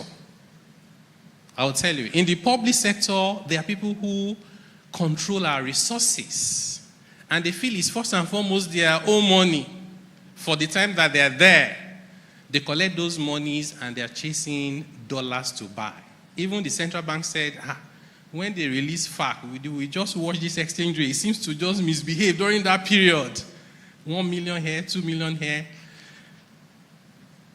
And that is still going on, right? So that is not, we don't need that dollar, but we are buying it. That's an artificial demand, or put differently, discretionary demand. The bigger the size of corruption, the bigger the impact of that discretionary demand. But you know what? It's happening also in the private sector. It is not the ordinary man on the street. So many of them have not seen a dollar banknote before in their life. Majority of Nigerians have not seen dollar banknote before, ever. But the elites, high net worth individuals, the super rich, and some middle class, there's a self-fulfilling prophecy when you think that Naira will lose value. You're converting all your savings into dollars. The domiciliary account balance has increased by more than $6 billion in the past 18 months. The balance is over $30 billion. I was with a billionaire during the Christmas break. And he said to me that, Taiwo, you know this problem is a big issue that you guys have to solve. I said, tell me more about it. And then one thing led to another. He said to me that, do I know that, he needed 50 million. You know the kind of money rich people need. He said he needed 50 million naira, and he did not have naira, right? Because he's converted everything to dollars. He called his friend. The friend said, me too, it's only $1 that I have. I said, sir, how are we supposed to solve this problem? It is all of us together. The public sector have their own part of this blame, and so is the private sector. Imagine that we just take off that demand from the market. Then Naira can be at the level of South Africa and Kenya. Because those are the things that those people do differently than us. You go to South Africa and you want to pay for a hotel, you bring $1, they will send you to go and find rand. They don't collect dollars from you. Anyway, so I was talking about stability. So we expect stability in terms of where we are now. Then we expect growth to start setting in. And I'm not talking about 3% growth. It needs to be more than that. And more importantly, it needs to be inclusive. Because if two sectors are growing and they outgrow the other sectors that are not growing, you say the economy is growing. And that's the danger of averages. When you say inflation is this, right? Inflation is 34%. But there's someone that the entire household income, they use it to buy food. And food inflation is 100%. Their own food inflation is not even the food inflation that everybody is calculating. They always buy just Gari and Yam. Gari and Yam have gone up by 100%. Their own inflation in their household is 100%. They are not interested in MBS data. There was a book I read that says, there was this analogy I like a lot. The danger of averages was the point about it, not the title of the book. It says it's like a man lying down. Half of his body is inside the freezer. The other half is inside the oven. And the man says, I'm fine. He will not be fine for too long, right? The average of the oven and the freezer looks normal, but neither of them is okay for any human being who wants to stay alive. So while the averages are okay for general information, policymakers must pay attention to how they affect households, because everybody has their own realities. So growth also means, because we have eliminated distortion, instead of trying to have connection with CBN governor to get $1 million to round trip, I now have to channel my energy to how do I build something of value, and that's good for the economy. We have human capital development, NEL fund. People underestimate the impact of NEL fund. In my foundation, one of the things we do is to sponsor indigent kids to school. And I've seen families where they couldn't find 3,500 naira, and they sent the boy home. The scholarship we gave was 5,000 naira. The woman came from the home, knelt down and broke down in tears. 5,000 naira. They just lost the dad, the parent, the father of the kids, 2 weeks before then, and the boy was sent home. It was at 5,000 naira that was the saving grace. There are lots of people that should be in university today. Their parents can't afford anything. If you can get a loan that is interest-free, you go to school. You know what is even more interesting? You get a stipend to spend. So there is hope for tomorrow. And you don't have to pay back until you start working. And that also includes skills development. Government can use that to even redirect people towards degrees that are useful. Some things we are learning in university, even us, we don't know what it means. And I don't want to be condescending on anyone, so I won't give you any examples. But I'm sure you can think about one or two. We can pay teachers well. I'm a lecturer myself. I lecture in 3 universities. I usually don't collect their money because the money looks like an insult. A professor is being paid 400,000 naira a month. If your body is in school, your heart, soul, and mind cannot be there. How do you survive as a professor with 400,000 naira a month? I have been in a class before outside Nigeria for an executive course. And the professor said to me, I earn $800,000. I just opened my mouth. I didn't know that I was opening the mouth like that. $800,000 a year, professor. And this professor does not even work 8 hours a day. Even if that professor does not like education, education will like him. So what we have now is not going to work. If you can't attract the right lecturers, your education cannot develop. It doesn't matter how well-meaning you think you are. It's a give and take. You cannot give what you don't have. We think this will help with that. There's consumer credits. The reason why some people steal is, why do I have to work for 35 years to save money to build a house in the village? So by the time I finish building the house, I'm very close to answering God's call. Whereas in most countries, from day one, I can live in that house and pay for 35 years, right? So consumer credit. You can also direct that towards local economic development. I can say that I'll give you a loan if you are buying a car that is made in Nigeria. Consumer credit. Instead of banning imports, I won't ban imports. I will just encourage you to buy local stuff. So let me move on to number 3. What could have been? Many people compare wrong data. They say they should just have left us where we were. You know, inside the Bible, there was something like that as well, right? So, if we didn't do anything differently, ladies and gentlemen, we'll be very, very close now to an economic meltdown. And I think that the first indication of that would be that you hold 10,000 naira and you will not find 1 liter of fuel to buy. The NNPC had finished using all Nigeria's entitlements. That means your equity crude, profit oil. They also started taking tax oil. Not only their own tax, the tax of other companies in the sector. They use all of that to do subsidy. It was not enough anymore. They say, how about the production we have not produced? Yeah? They started using future production to subsidize current subsidy consumption. Just imagine that for a moment, what that even means. When you keep using the future production, right, it will get to a point there's no future production again. That is when you hold 10,000 naira, you will not find 1 liter of petrol to buy. When it gets to that point, you will not have an orderly manner to reform the economy. And people don't know that the middle class are lucky. You know, when people say that, these are people, they are not aware, they are this, they vote for the wrong person, you are blaming the wrong people. That's their capacity. Those people are not the ones to hold government to account because they do not know what the right thing should be.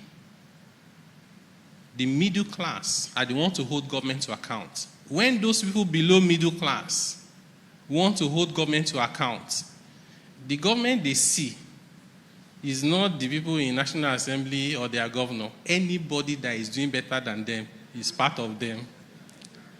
So they hold government to account by burning down everything on their parts. That's not what we want.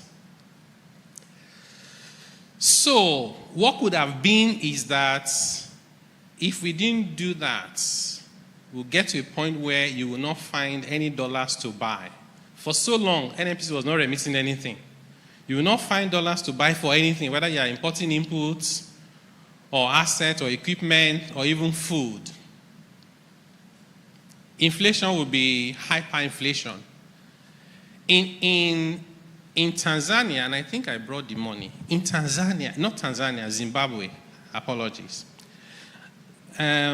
Zimbabwe perfected the art of printing money to spend. And the answer was very obvious.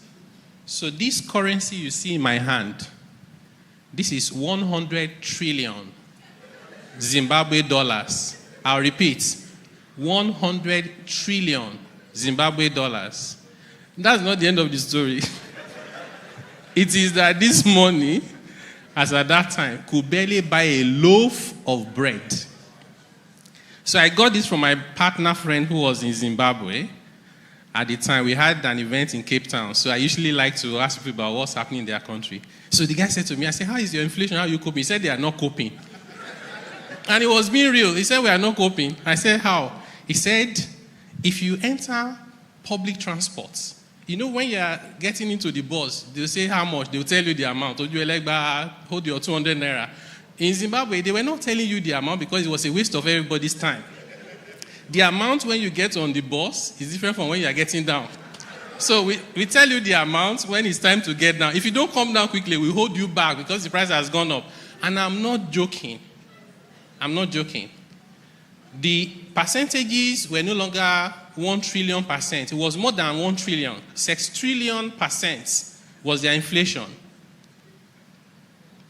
They were collecting audit fees with goats. In fact, there was a woman who wanted to pay school fees, went to school to ask for the school fees, ran back to carry the goat and sell. She got back, the amount has gone up 2-fold. So, it was not surprising when they had to discontinue with their currency. It wasn't working. That is the danger if you don't do the right thing at the right time. But you also know that this where we could have been. People misanalyze it, and sometimes we use wrong data for making decisions. If your diagnoses are wrong, your prescriptions will be wrong, and the solutions will not fix the problem.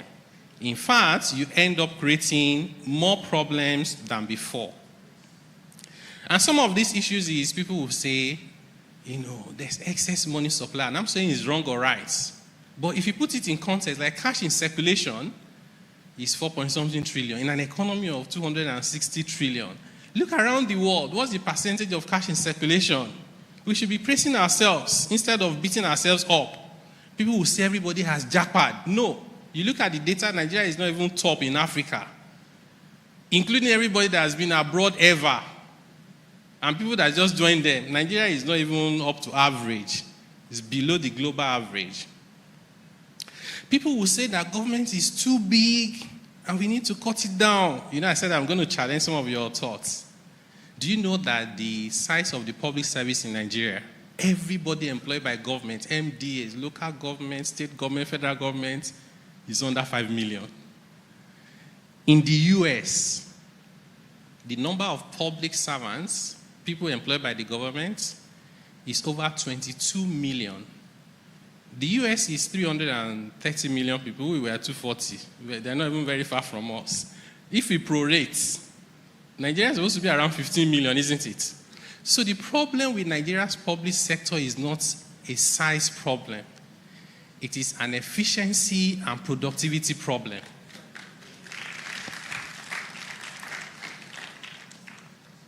So why don't we focus on that which is important to the outcomes we want?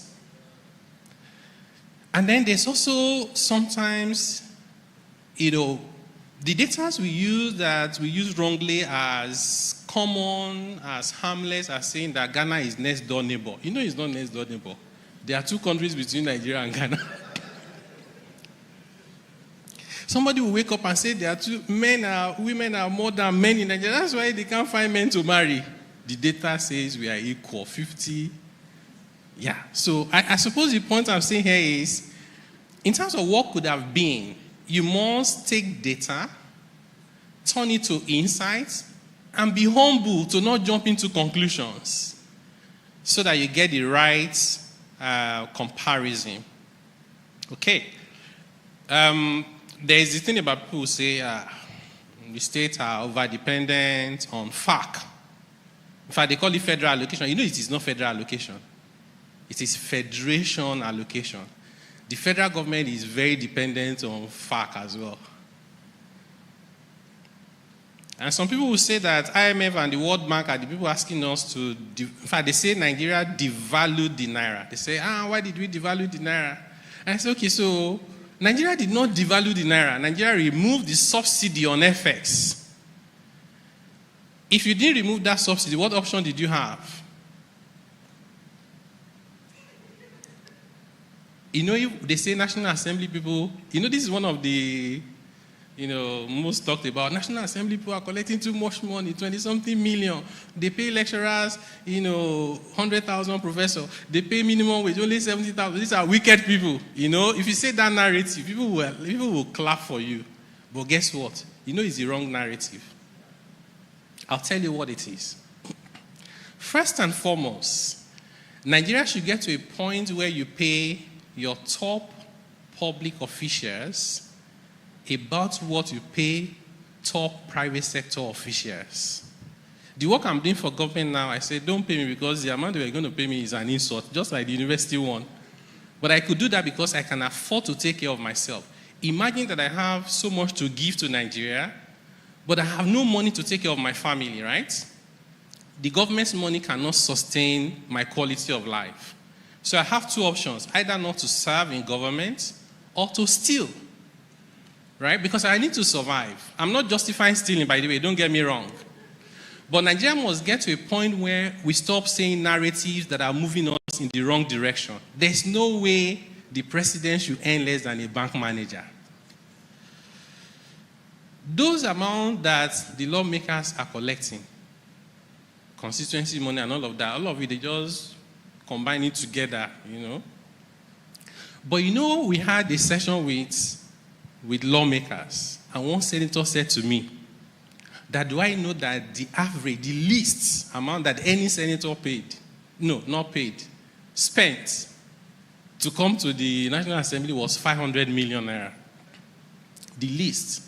You have to do this to get nomination. I won't tell you all the details of where they spend the money, right? Now, 500 million naira. So if you get elected, you have to recoup 500 million naira. That's stage one. Nobody invests money just to break even. You need a premium. It could have been, some of it is bank money at 30%.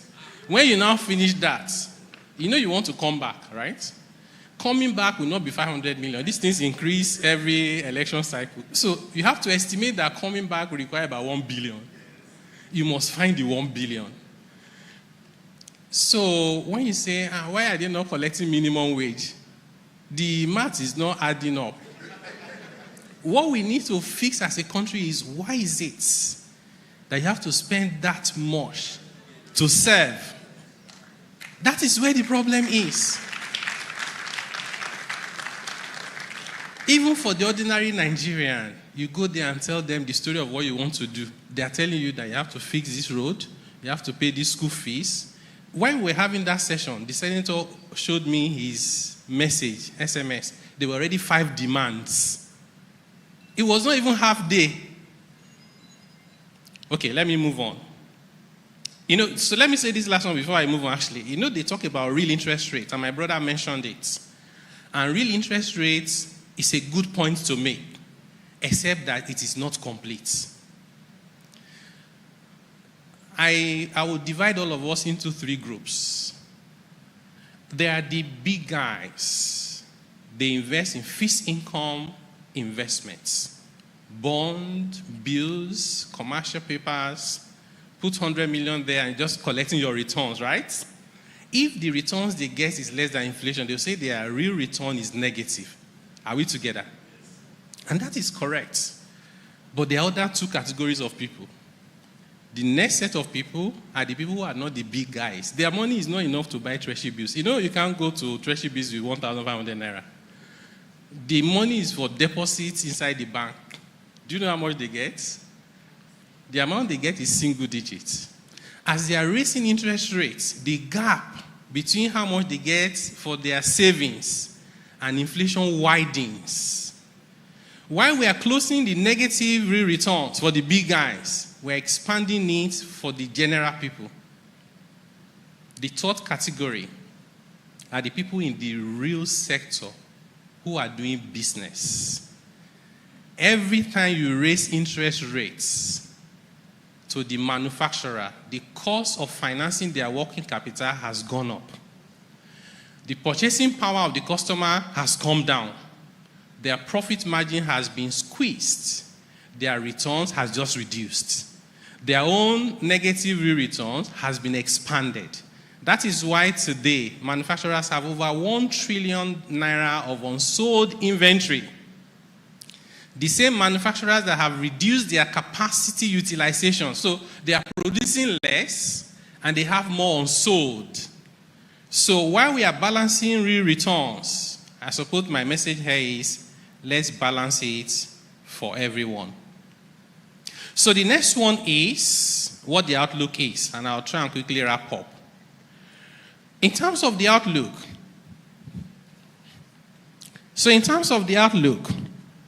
we expect that the worst is behind us and things will turn for the better. We are turning the corner. Whether it's inflation you look at, my view is that if the prices of goods and services in 2025 remain at the level of 2024, inflation is 0%. That's what it means. So why are we expecting that inflation in 2025 will rise over 2024 by more than 16%? Why do we think that is not possible? And the reason why it's important, inflation expectation can become your reality. If you expect that inflation will be very high, it will be very high. Because every time you sell one thing, you add a little bit to it because when you are replacing it, you don't want to be out of money.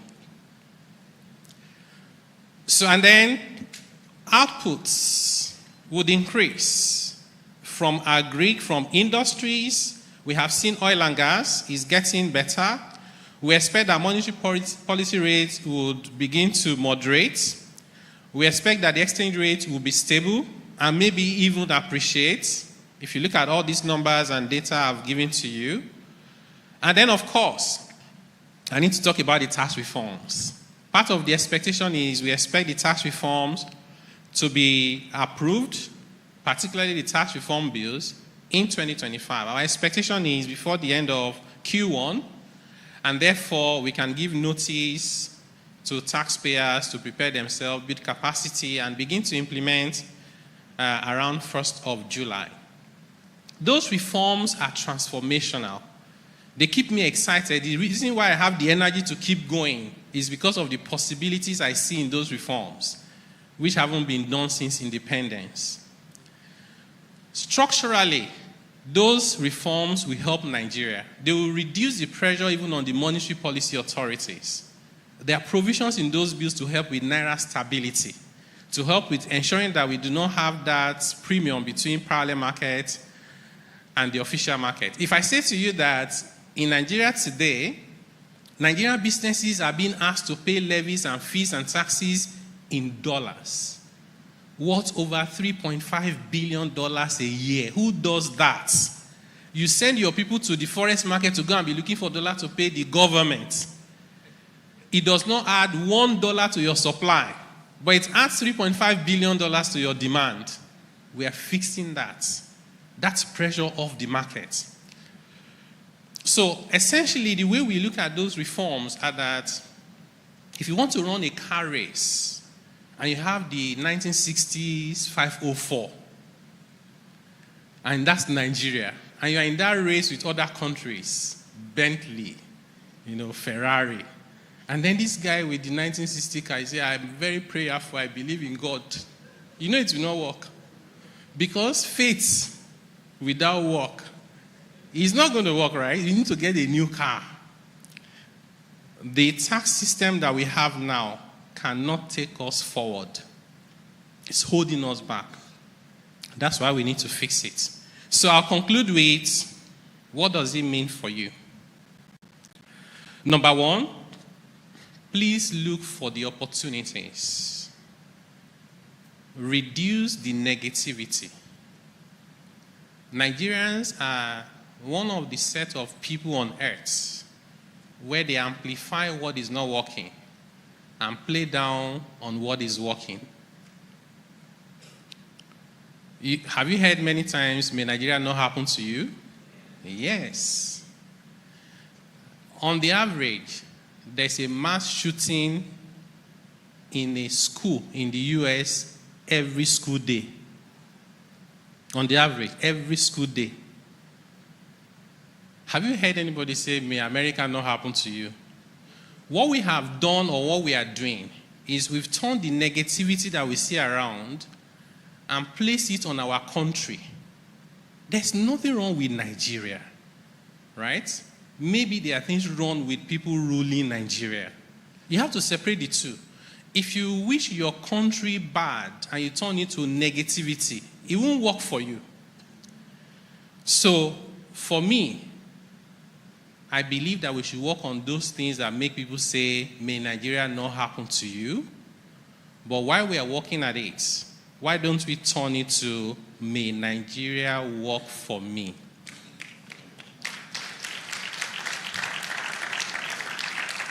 So let's turn those negative energy to positive energy.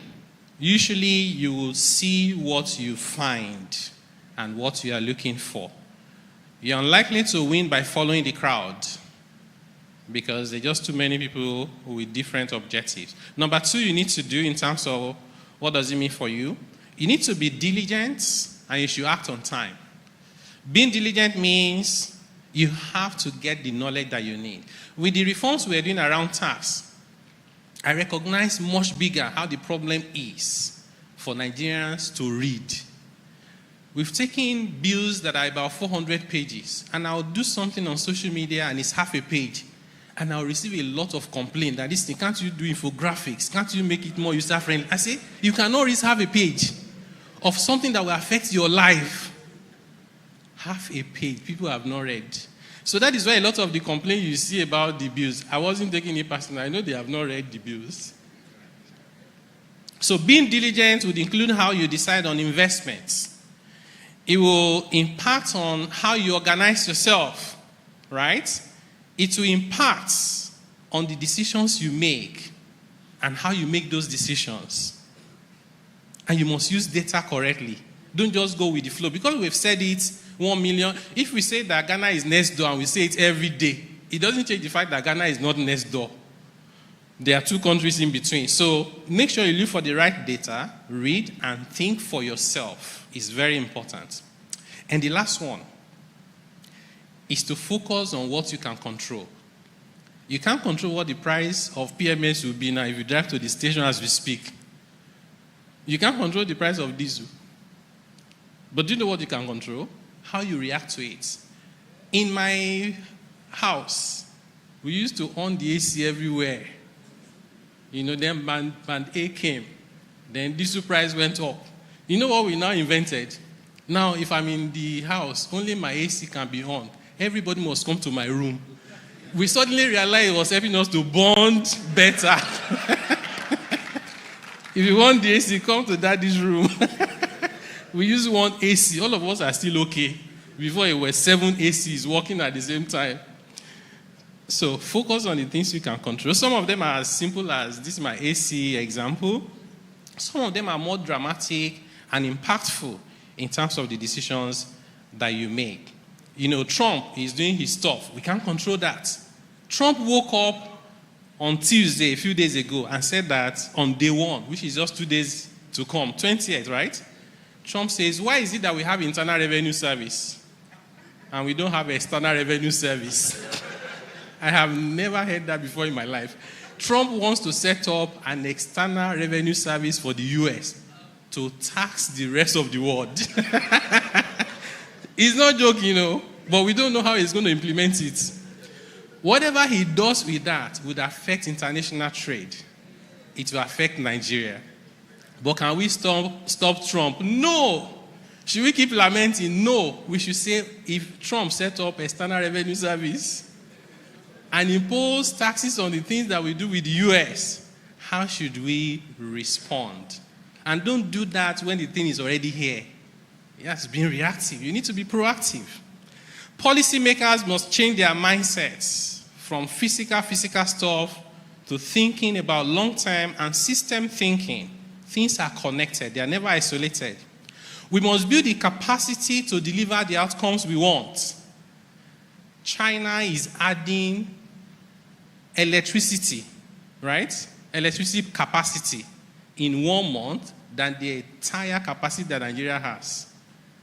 Did they produce Chinese from heaven and drop them on earth? No. They're human beings as well. They build the capacity to deliver. And I must drop this one. Multiple taxation is harmful to growth. And overregulation kills development. And if you're looking for the example, look at Europe and look at the US. Europe is very good with regulation, but they overdo it. They've succeeded in killing innovation in Europe. Somebody says America innovates, Europe regulates, and China replicates and enhances. So I close by saying, may Nigeria not happen to you, rather may Nigeria work for you, and may Nigeria win. Thank you very much.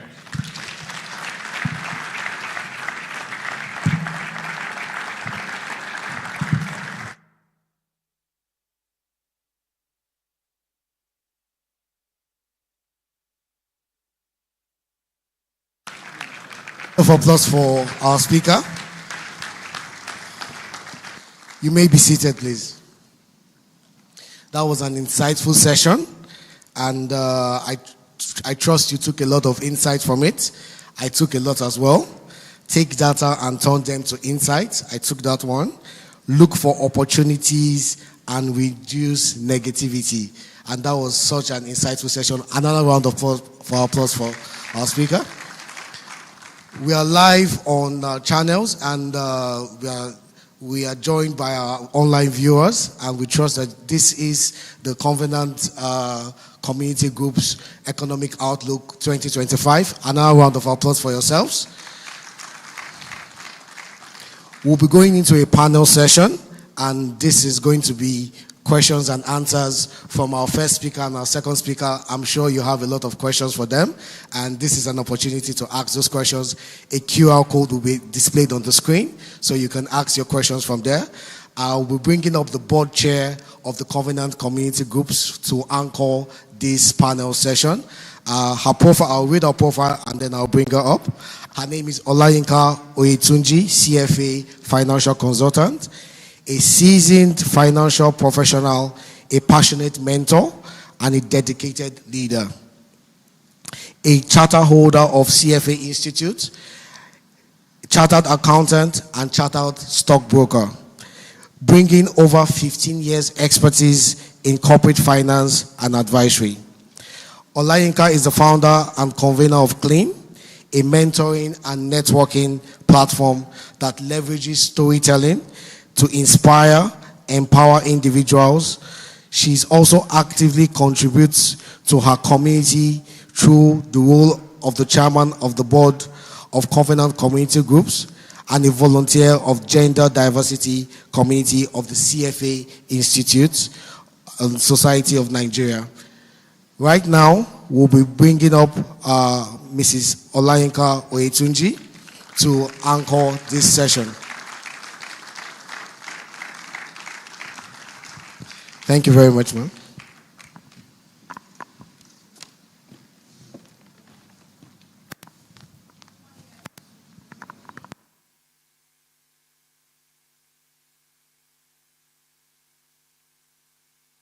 Good morning, everyone. Can you hear me now? I can hear myself as well.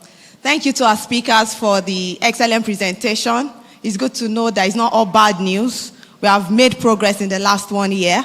This is time for us to have a panel session, and here we'll get the opportunity to ask our panelists the questions that are bugging our minds, especially based on the things that they've presented so far.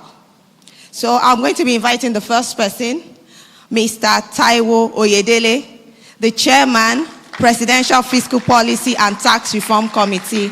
Please give him a round of applause as he joins me on the podium. Thank you, sir. The next person is Mr. Olusegun Zacchaeus, economist, lead and partner of PwC Strategy and Practice in the West Market. Please give him a round of applause. Thank you, Mr. Zacchaeus, for breaking down economic terms to something that, the layman can understand. And the last but not the least is Mr. Busiayo Layade. I'll read his profile briefly as he joins us on the podium. Busiayo is a graduate of University of Lagos, where he bagged a BSc in finance. He's a fellow of both the Institute of Chartered Accountants of Nigeria and the Chartered Institute of Taxation of Nigeria. He's also an alumnus of the Lagos Business School after completing his executive MBA course a decade ago. Please give him a round of applause.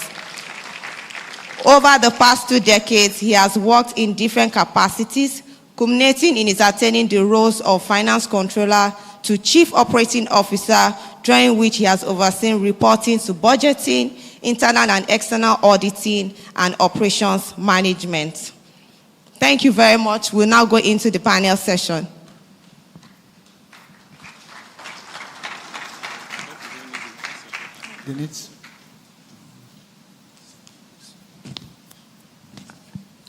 It's my pleasure to moderate this session. And I believe this is an opportunity for us to, unpack some of the things that you've discussed during your presentation. One of our goals for this session is just to have an engaging dialogue and find, economic opportunities in which our country can achieve long-term growth and sustainability. And I will start with asking you a few questions, and I believe that the audience that are online and here as well will send in their questions as we progress.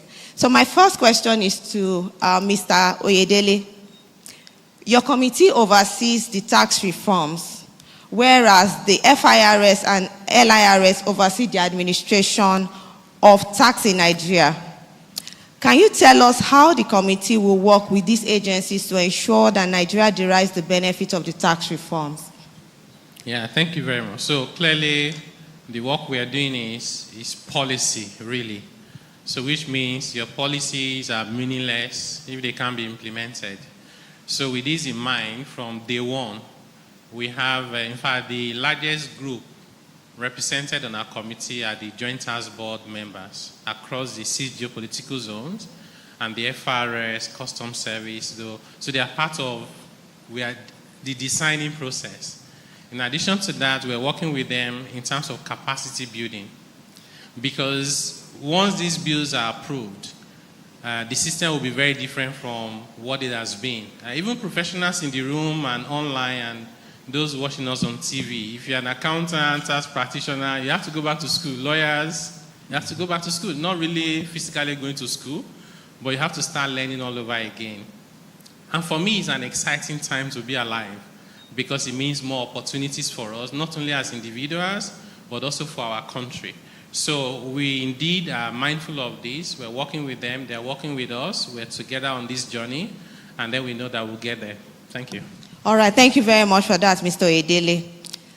The second question for you, sir, before I move to Mr. Zacchaeus, is there's a lot of misinformation on the tax reforms. And of course, you alluded to that during your presentation that Nigerians don't read. Everybody thinks that we'll be paying more taxes, whereas, it's that low-income earners are expected to pay lower. Can you tell us how the tax reform, affects everybody, both the low-income earners, middle-income earners, and high-income earners? Yes, so I would admit that a lot of maybe not a lot, but quite a number of issues around the reforms are technical. So even when people read, you don't expect that they will understand because those are just technical issues. And every discipline has their technical issues. So for example, just saying an item is VAT exempt, and you turn into VAT zero rate, it's not a straightforward thing. You can't just read it and then understand what they're saying, right? People will tell you, why are you confusing us? You said there's no VAT before, and you now said the VAT is zero. So what have you done differently? Whereas, just this example I gave you alone is a world of difference between what we do currently for basic consumption like food, like education, like health, versus what is in the bill.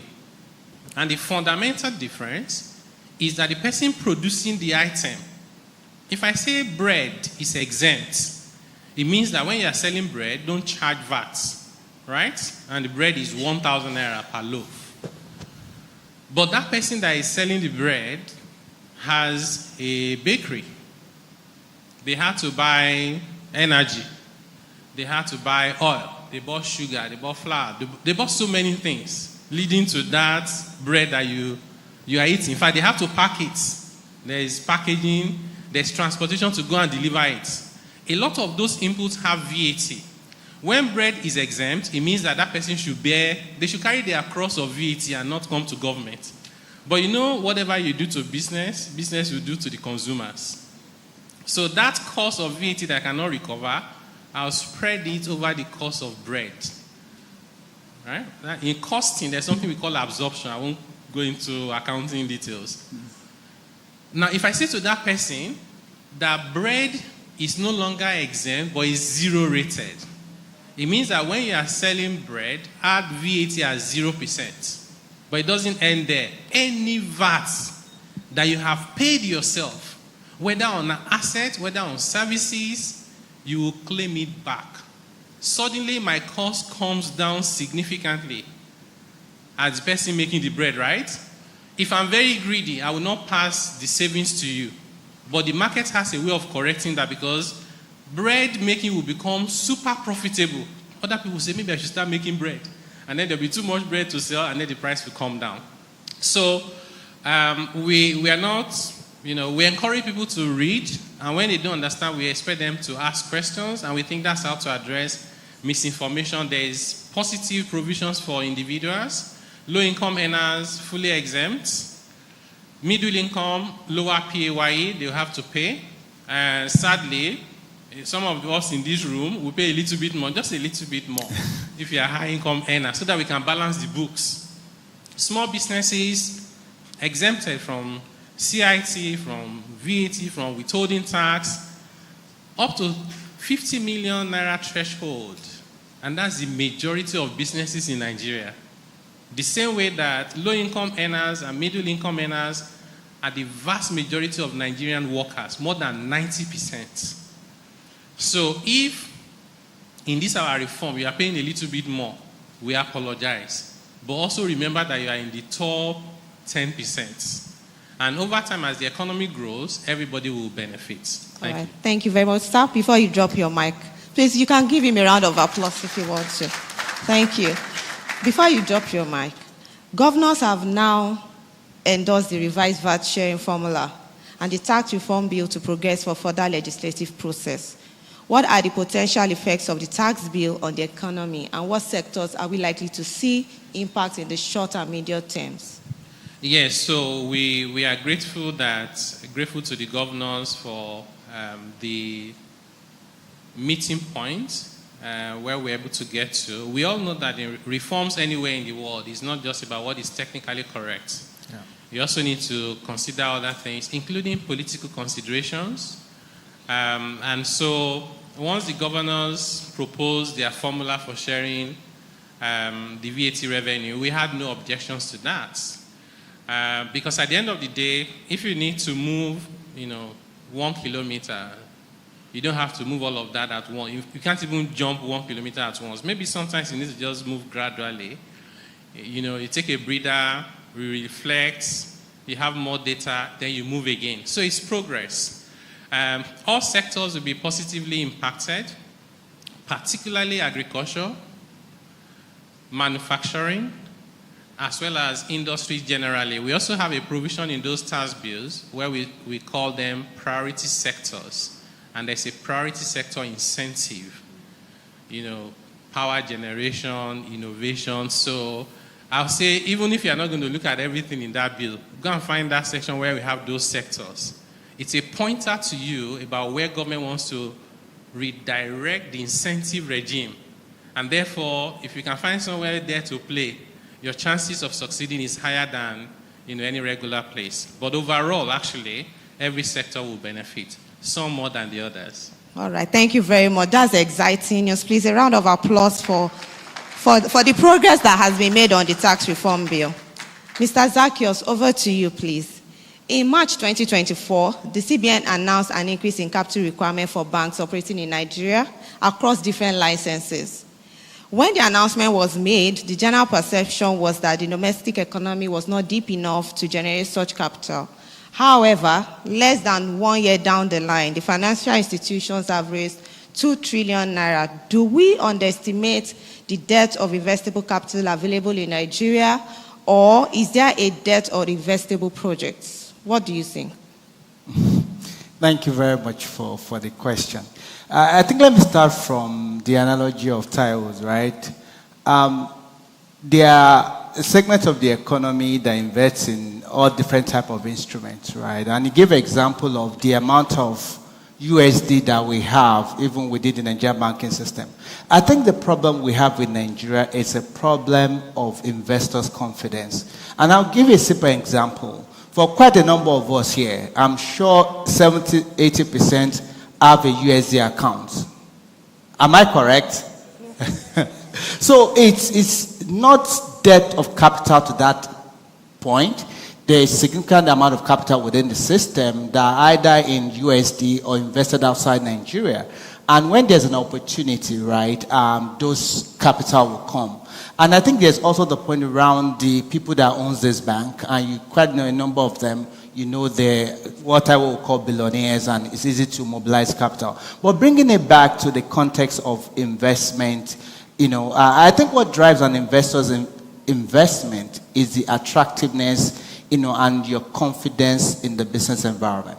While I believe there are domestic capital, domestic savings that can drive economic growth, it's also very important that we understand that we need foreign investment to fund future growth within Nigeria. So in summary, their investment, their capital in Nigeria is really having the confidence, not necessarily finding investable projects, having the confidence, you know, which I think is also getting better, you know, and we'll see a lot of more investment unlocked in the months and years to come. Yeah. All right, thank you very much. Thank you. So please, I'll take this second question because it's related to, you know, this thing that you've talked about, confidence. There is an independent research that is going around, and it shows that the economics of the dirty December of 2024, that there were about 550,000 inbound passengers, 1.2 million tourists, whilst hotels and other recreational centers were fully booked. This tourism opportunity needs an ecosystem of transportation, hospitality, accommodation, security, and so on. How do you think Nigeria can create this business opportunity in a way that it creates value for both the tourists and Nigerians, and we are able to develop more value from it? Thanks. That's an excellent question. We're in church and talking about dirty December. So let's make it neat December, right? But I think, you know, especially this last year, this really reflected the amount of potential that we have in tourism and services and what we can really get out of this. I remember a couple of months ago, I was on a panel with the Minister of Tourism, and the crux of this matter goes back to how you provide three things. One is enabling environment. One is the right set of policies that will guide all the activities related to what we call this neat December. And it's also fundamental to the development of every economy or every state, right? Obviously, if you build the right infrastructure set, right, it also helps, you know, the activities that you see around, you know, dirty December, right? But what we must do is to have that deliberate, you know, like when you go to Brazil, you know about all the different type of carnival they have. It is sort of announced, you know, globally, and people want to go visit. So it's almost elevating this to a carnival life level, and obviously government has a significant role to play. I think for me, the other point, someone was making an argument on why real estate remains a very profitable investment, and that is, you know, tying back to the dirty December. I think for us as individuals, begin to look for those opportunities, because when I heard a friend came and told me that they had to get Airbnb, they were paying in pounds, right?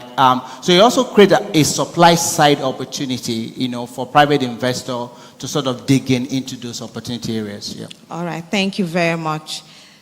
Mr. Layade, from your point of view and based on what we've heard from Mr. Zacchaeus and Mr. Oyedele, what do you think are the three things that could keep a CEO awake in 2025?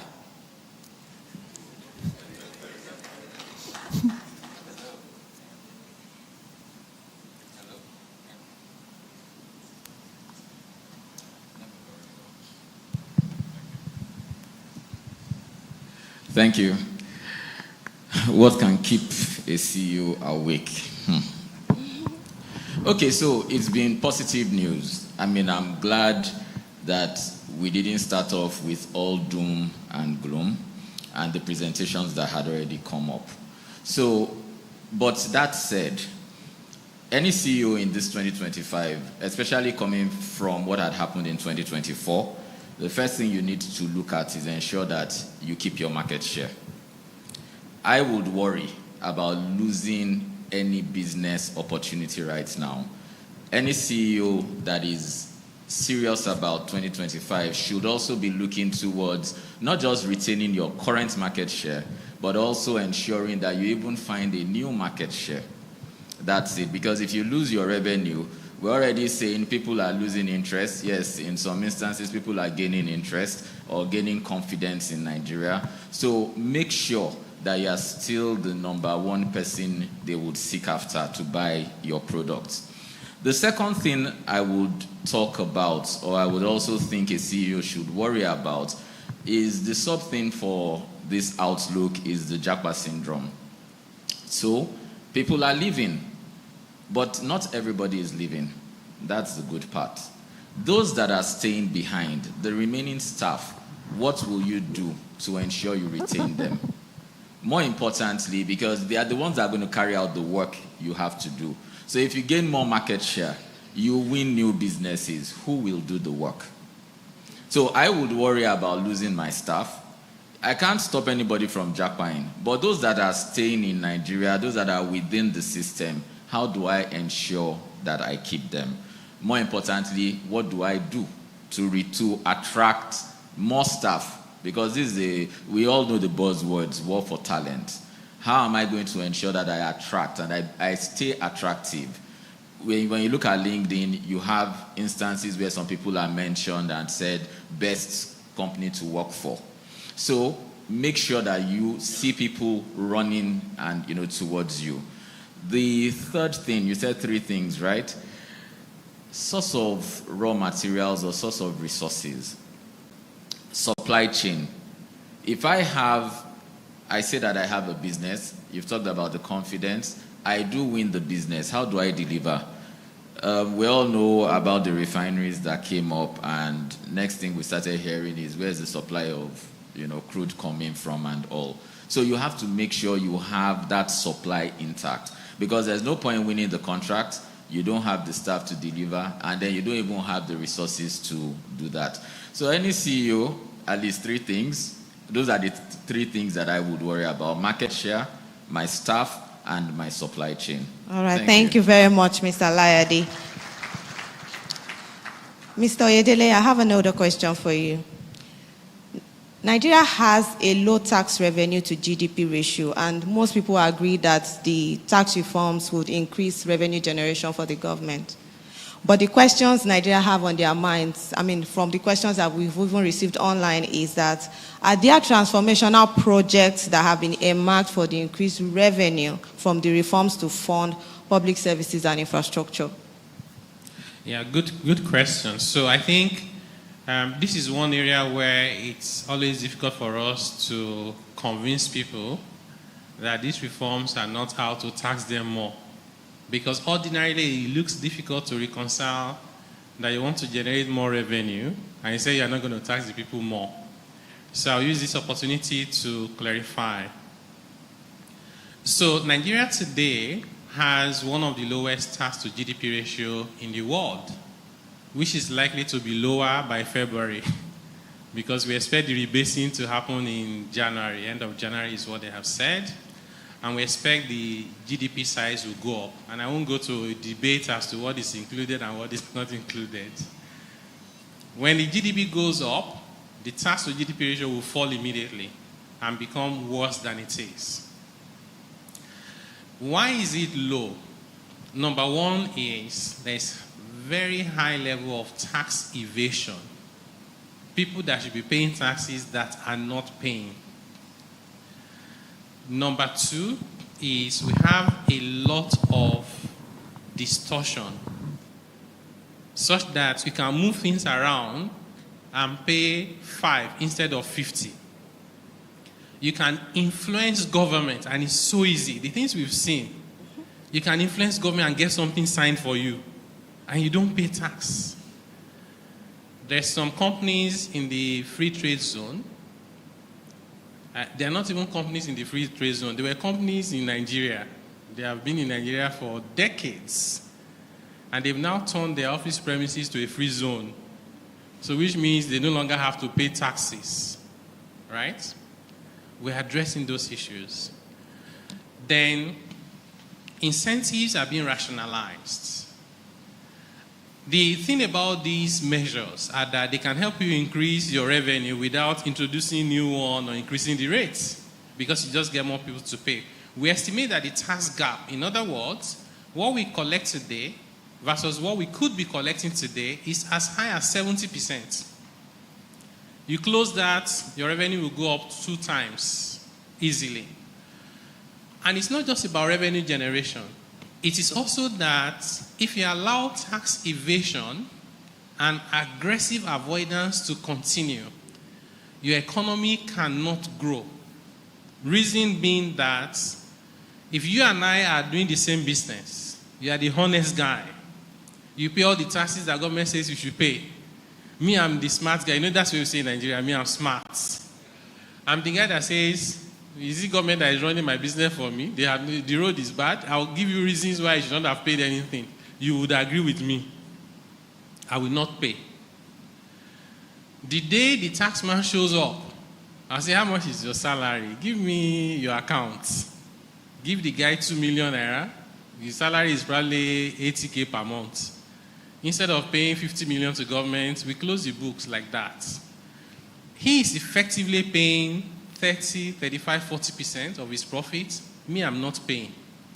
If I don't like his face, I can price him out of that market. We have a system today that is rewarding bad behavior and is punishing good behavior. That has to change. So that changes, helps the economy, and it brings in the revenues. So that's where the money will come from. So nobody should be afraid of paying higher taxes, except they were evading taxes before. Thank you very much, sir. Mr. Zacchaeus, this question is for you. Since the government's reforms, we've seen some multinational companies exit Nigeria, and we have also seen emerging markets multinationals strengthen their market share by buying these multinationals. In your view, is this positive or negative? Is this an indication of the growing financial muscle of our emerging market conglomerates? Thank you very much. That's an interesting question.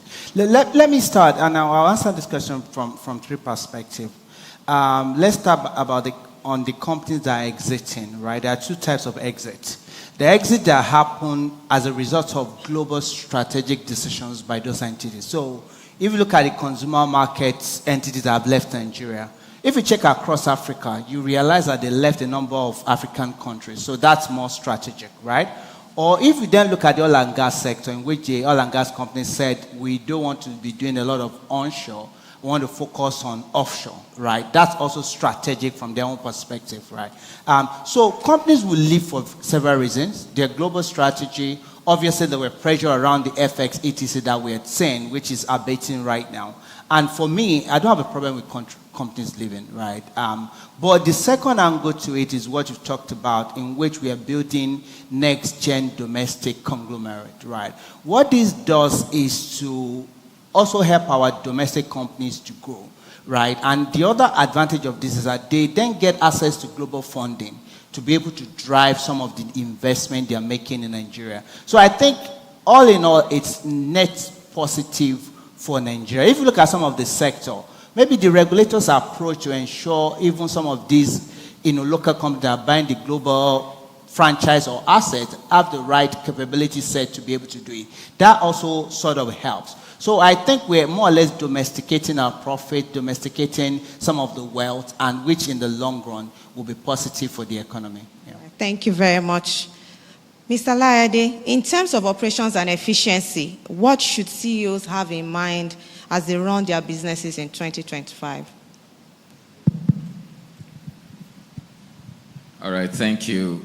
During COVID,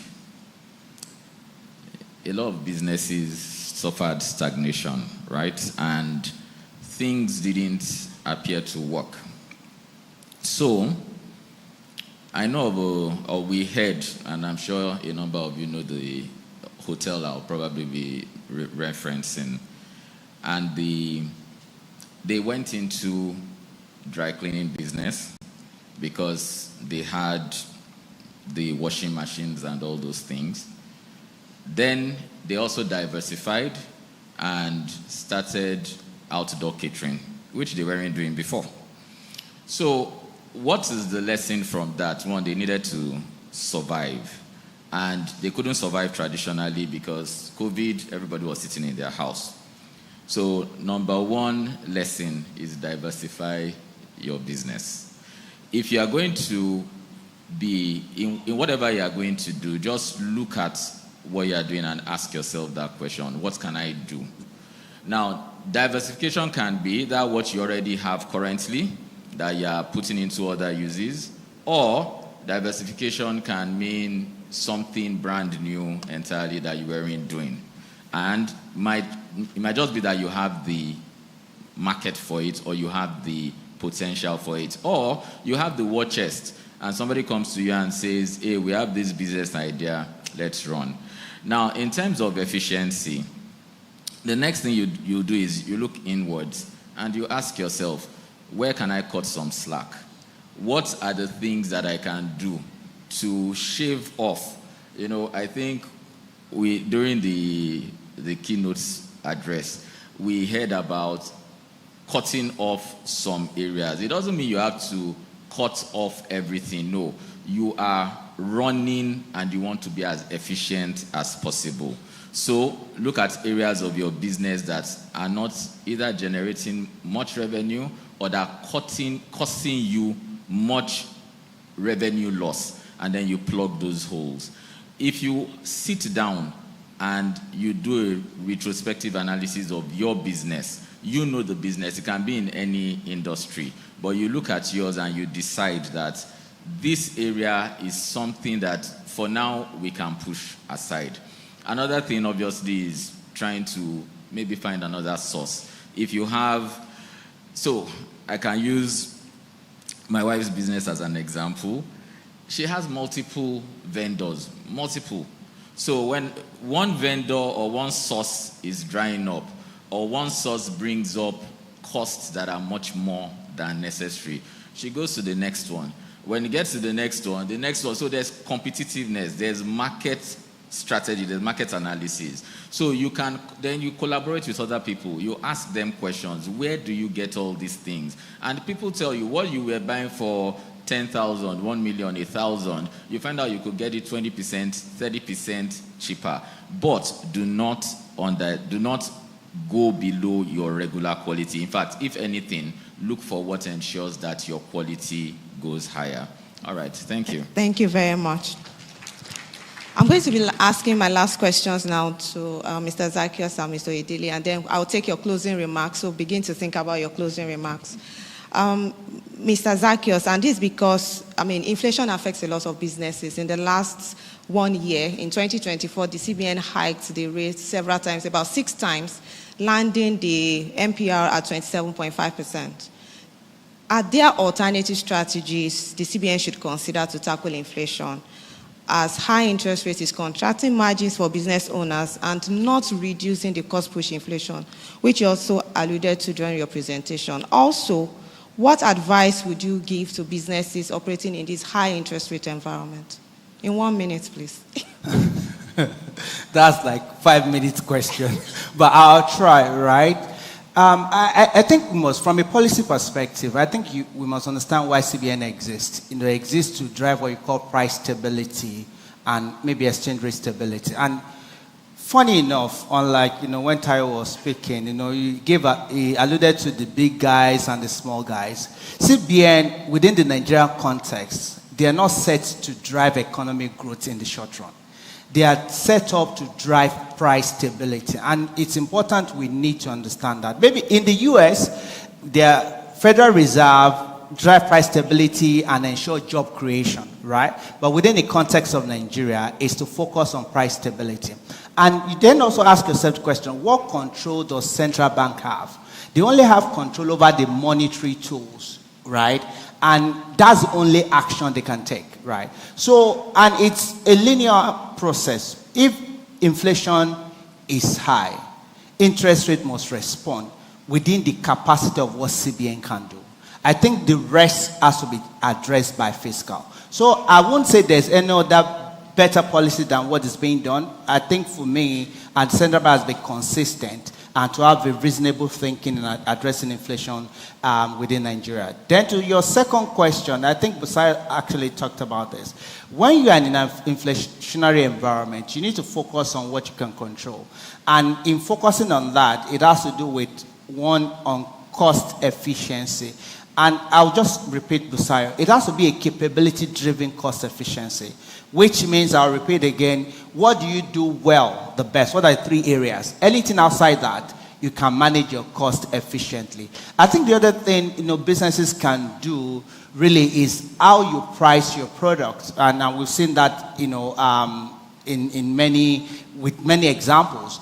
If you sell in bulk, you can sachetize, which means affordability can be addressed. There are a number of other things you can do to vary the content of your product in a way that the cost is efficient and you are not losing quality. But you see a lot of products, especially consumer products, you see they do that, they change constituents. So maybe when they're using imported stuff, they move to starch and still retain the quality. So those are part of the things businesses can do to ensure they sort of maintain reasonable prices during inflation.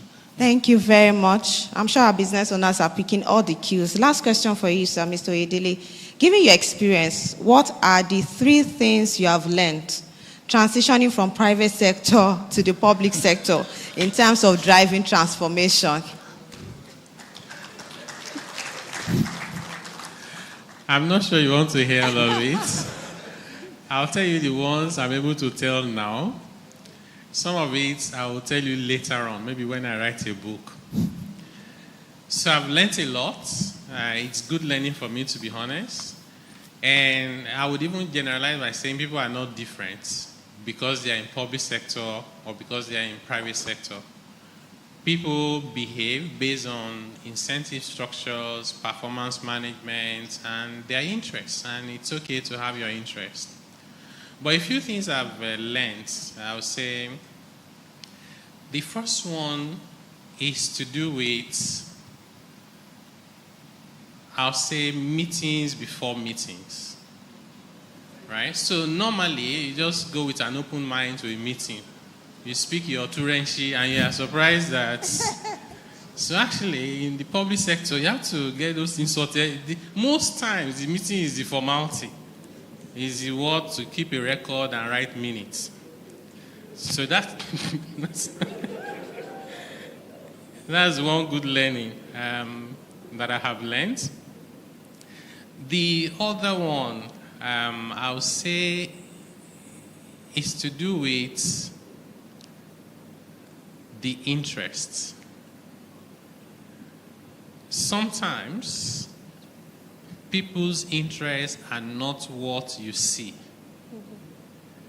The interest is very different.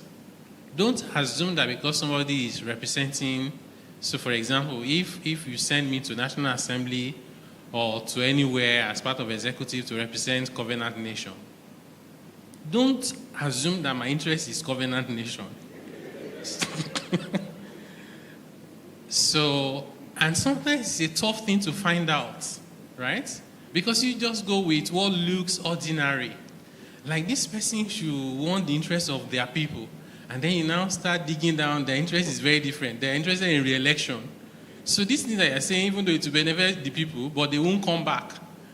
So how do you align all of that? Is another very big lesson for me. I'll say maybe the last one is just the issue of priorities.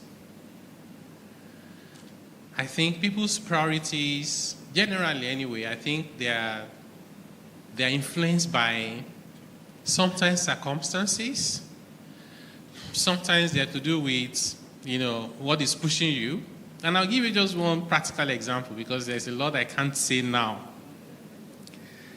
So you have a front desk person in a ministry. His or her job is to receive letters, stamp it, put the date, and send it to the next person. His salary is 72,000 naira.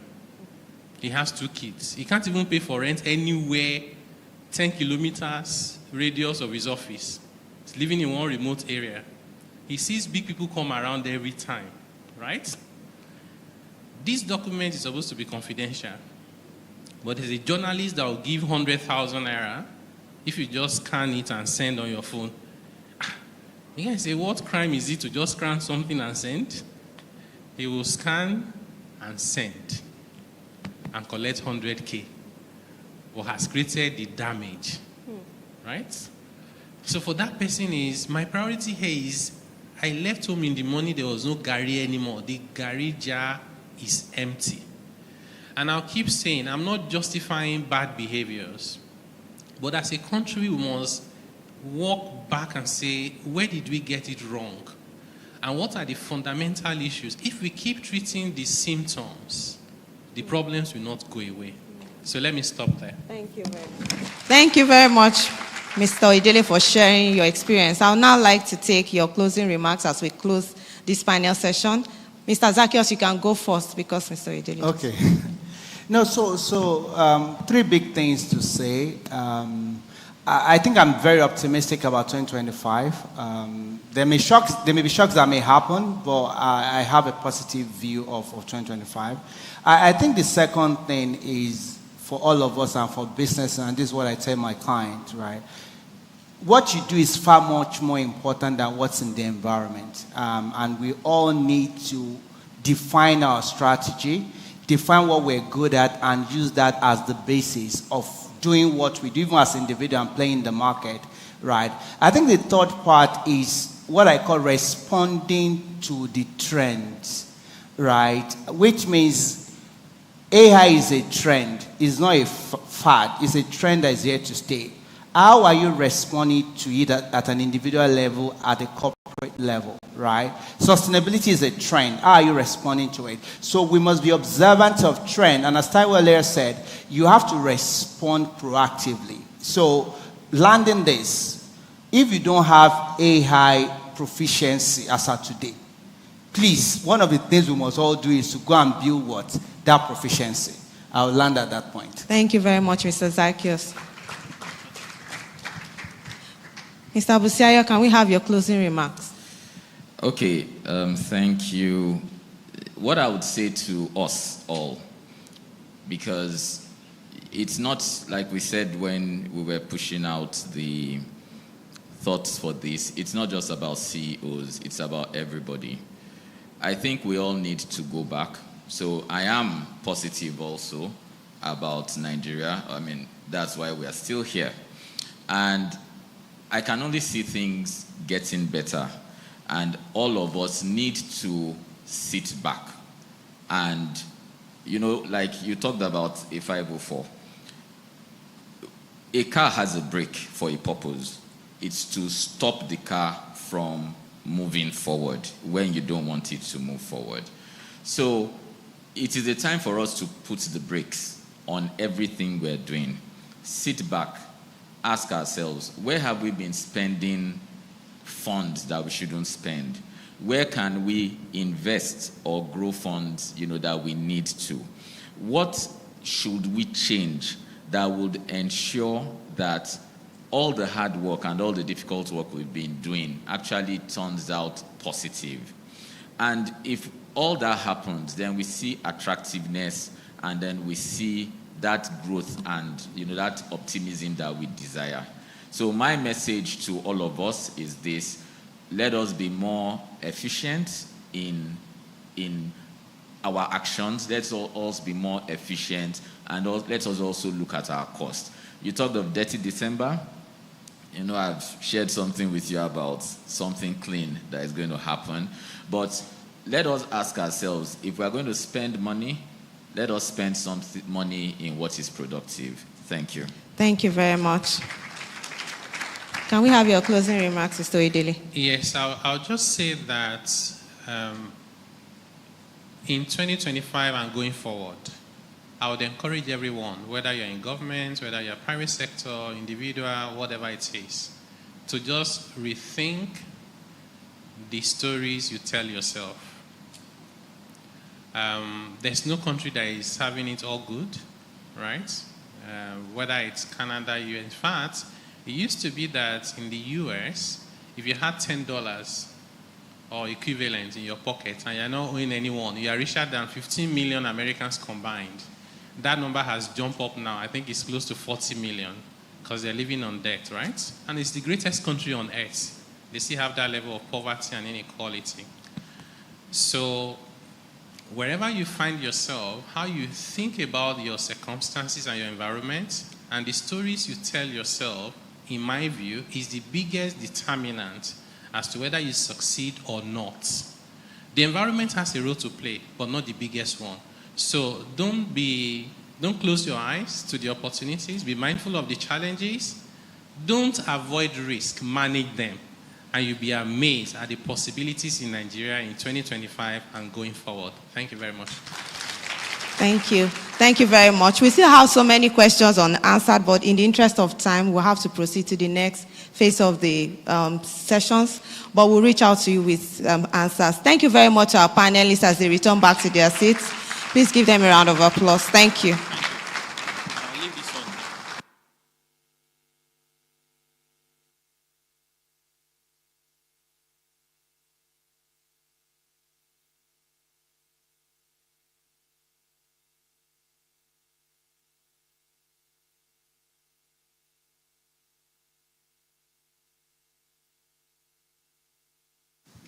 Wow, wow, wow. What an amazing session we've had. Really, really amazing.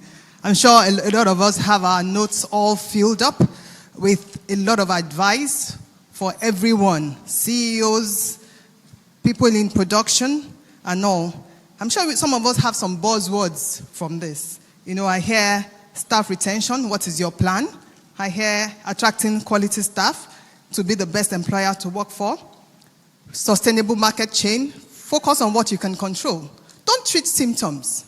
Align priorities. Priorities, priorities, priorities. Getting your priorities right. Be efficient in your actions. Spend productively. Build AI proficiency. AI is your friend. And it's really been an amazing set of panel discussions. Can we give them another round of applause?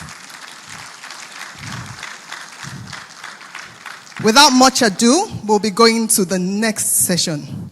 An interesting one, a very topical issue. Reversing the Japa syndrome. Workforce sustainability strategies. Workforce engagement for under 40, 40 plus, and retirement age. Taking the first speech or presentation on this is Ndidi Ukaonu. Ndidi Ukaonu is the CEO of Parthian Capital Limited, a subsidiary of the Parthian Group, charged with elevating the institution's standing in the financial sector. She brings a wealth of experience and a transformative leadership style where she excels in turning underperforming businesses into productive, profitable ventures. Can you give her a round of applause? Until April 2022, Ndidi cultivated a remarkable 22 years in a 24-year career in finance and distinguished herself in leadership and in development. Without further ado, I would like to invite to the podium Ndidi Ukaonu for our presentation.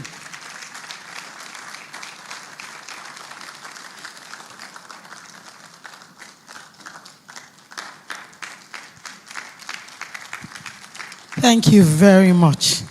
You see that I was careful as I was going up. I have a history of falling on the staircase. So thank God today, Wolfbeck miracles. I'm very excited and thank you to the CEO community group. I'm very happy to have this conversation because if you know me and follow me, you will know that my particular interest is in entrepreneurship and trying to bring back what I think that we've lost. And you know, this was my first book, and we're on that journey. And today we're going to be talking about work once again at the platform. I first spoke about this topic, I think, at the platform last year, and I believe that this is an extension of the conversation. And in kicking off, something very interesting happened this week. I have a ritual when I have a speaking engagement that I typically talk to the young people who are around me and we banter around the topic. Some of them are seated here in the room. And, you know, I asked them a question. Remember Andrew? Andrew, don't check out. Say what? Stay and build your country. Nigeria goes to rise. Now who go there for you? Guess what? They looked at me, they didn't know who Andrew was. And I said, Andrew, no check out. And they were like, what are you talking about? Andrew no checkout was in 1984. This is 2025. A good 40 years later, we're talking about migration. Just that this time we have branded it differently. Instead of calling it Andrew, we have now called it Japa. Maybe in the next circle, we'll give it a new, funkier name and say the gray effect. Migration will never end. Migration is not a bad word, and I think that Taiwo talked about it. What is the measure of good or bad about migration is what we do with migration. That is what determines what is good and what is bad. And so, we're speaking to this topic. We want to touch on the motivation trends behind the syndrome. But for me, more importantly, the impact on talent availability. And then in being given this topic, they say reverse it. Let me first disappoint you. I have no attempt to share a reversal. Okay? Because I think that migration is a fact of the earth. People will move. So, if we go to a root cause analysis, right? This is where everything starts. This is economic summit, demand and supply. One of the things that we've seen in America, this data is from the Harvard Business Review, is the growing segment of their labor force is 65 years and above, overwhelming above others. Why is this happening? It's happening because low birth rate and an aging population is a feature of their economies. So, in their talent pool, they have a gap. Guess where they come to look to close that gap? You are one of several countries. Their median age is in the 40s. You are below 18. You are a ready market. And I think that you can't battle with them, to be honest. They are deep pockets. The career life cycle model is a model that I created while I was teaching, and I still do teach in the CCG circuit. And what I draw your attention to is the ascendancy. When you say, when they come to our people, why do our people go to them? So, it just shows us, oh, this fine line. But in reality, this is what it looks like. The struggle is real. And a lot of young people, and a lot of people, not even young anymore, truly, are saying to themselves, the target is to go for success, which is at the top. And they think that the probability of achieving this is almost, is dwindling, and it's so thin and fine now. And they say to themselves, what is my option? And Japa was a ready option for them. I don't know how many of us know of Bob Buford. He's the author of Halftime, Beyond Halftime. If you haven't read those books and you are over 40, please let me give you that first prescription. Get Bob Buford's books. It will transform your life. And Bob Buford speaks to, I call it his 4 essays. He says that in the course of your life, and we've tried to layer it on this model, struggle is the journey you go through. You struggle, then you succeed. And then when you get to success, you just say, is this all? A lot of us is when you are finished paying school fees and you still have money, you're like, so I've achieved it, then what? He says after that comes significance and then surrender. Some people argue with him that surrender comes before significance. We're not here for the science. But if you ask our young people, if you ask Nigerians in the workforce to translate Bob Buford's model or his posture in this model, they will tell you that what you're likely to find is a struggle from beginning to end. So people don't attain success, talk less of significance. Mr. Oyedele said one household, their own inflation is 100% because it's only eba and yam. What does success even mean? So when I talk to people, and I know somebody in the room here who is going to be laughing under his breath, and they say, oh, where are you going? Quality of life, which I take as their measure of success. And they say, oh, I can own my own home in the shortest possible time. And I'm famed for pushing back. I'm a disruptor sometimes in the way that I think. And I say, okay, is that at the cost of losing your children? Because I say to people that, this idea of I'm going to get a house and I'm going to get a car. And in some cases, and in quite a number of cases, you are finding that children are wasting away because values are compromised. And my husband will say, cry today in training children so that you will not cry tomorrow. And then they'll tell you, oh, security. And I think Mr. Oyedele has made my job easy, to be honest. And I say, okay. However, we know of mass school shootings. We know of, in nations where they have banned guns, we have seen knife violence. And people are losing their lives by the day. And then recently, because truly, JACPA has slowed down, but I think that JACPA has left us with some gifts. That's why we're having this conversation. There is the cost. Since our exchange rate has declined, and those nations, if you watch them, they are raising the barrier to entry. So the cost of JACPA now is significant. And so people say to themselves, because that cost was an investment. That's how people saw it. And they say, oh, you know what? Is it worth making that investment? Perhaps I should take 1 or 2 things from Zacchaeus and set up a business.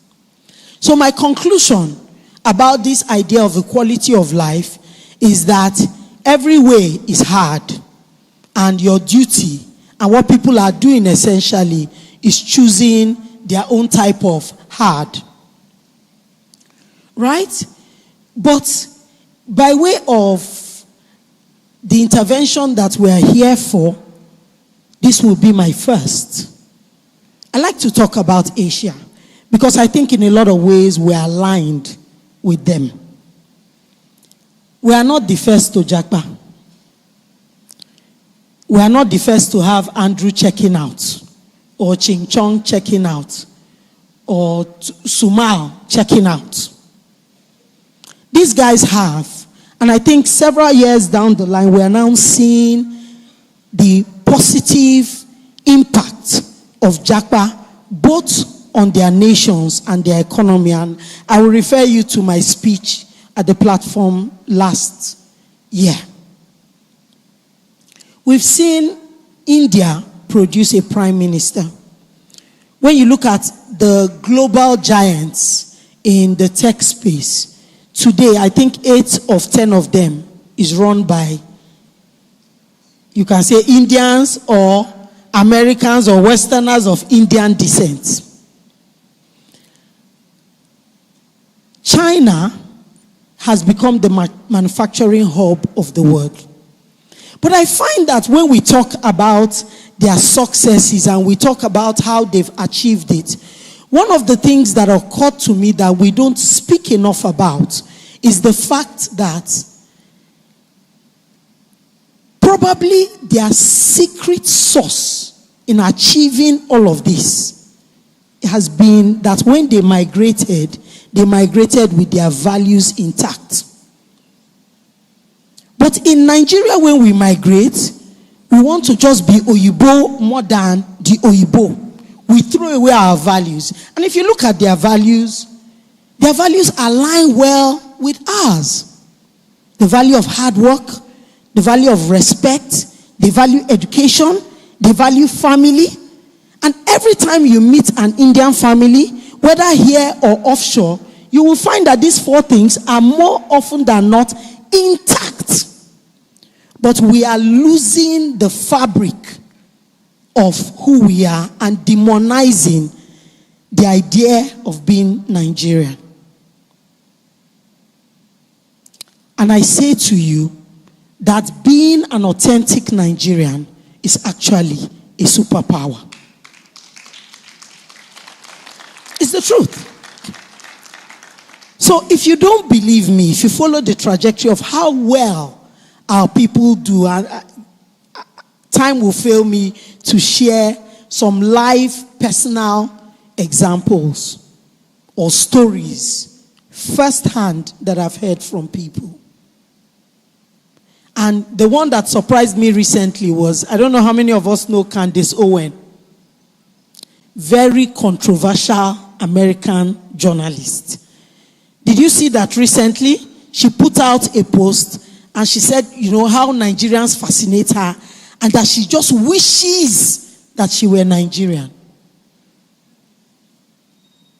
But I tell you that there's something super special about moving with the value system. And in my opinion, and I just have to tell this story. So there's a family member of mine, a very close family member, and the person works in one of the great organizations in America.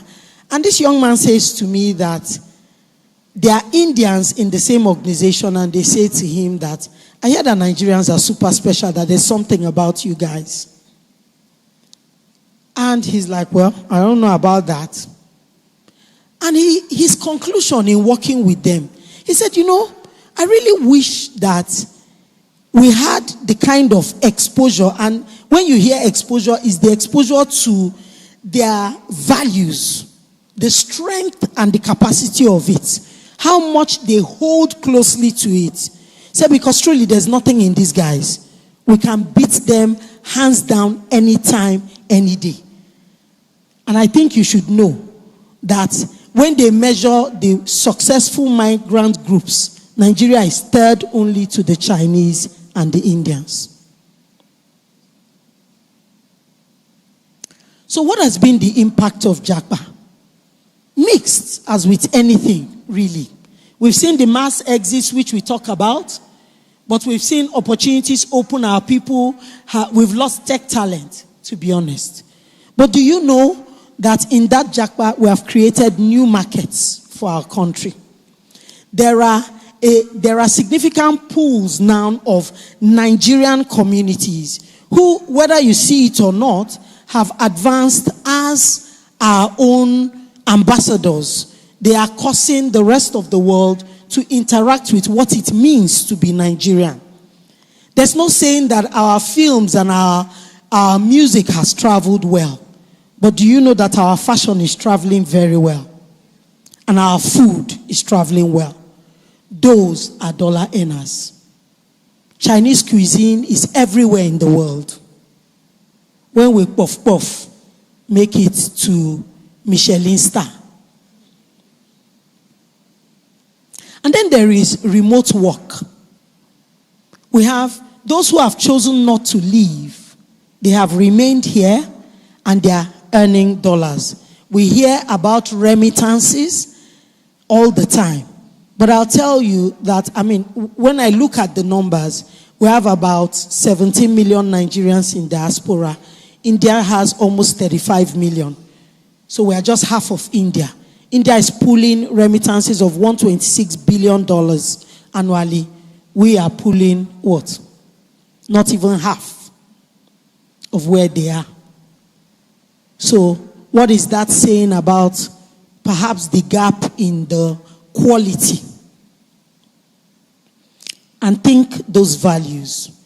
So one negative is the loss of our culture and our values, but we've seen growing FX income. Sadly, something that is going on is Japa itself is disconnecting families. And because of how hard people have to push, even those familial communities over there are gradually being disconnected. And people think that it's a hype to be Western.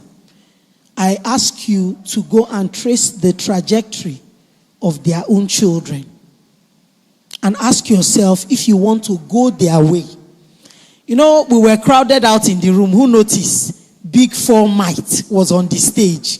So they've given us numbers. Just listen to my thoughts.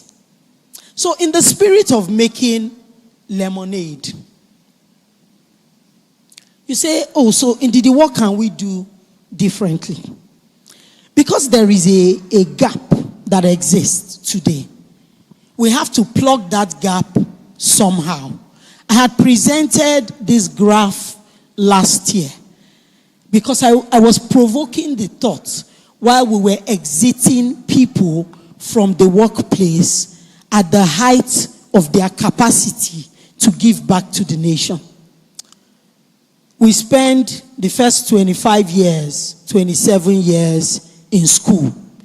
Then we come back and we join the school of life and all the hard knocks. And just right when we're at the point where we're at the height of knowledge, height of experience, height of skill, disposable income, because you are mostly done training your kids, people say it's time to exit. And I think that there's latent potential there. And for the record, I hope you know that this is what 60-year-olds look like now.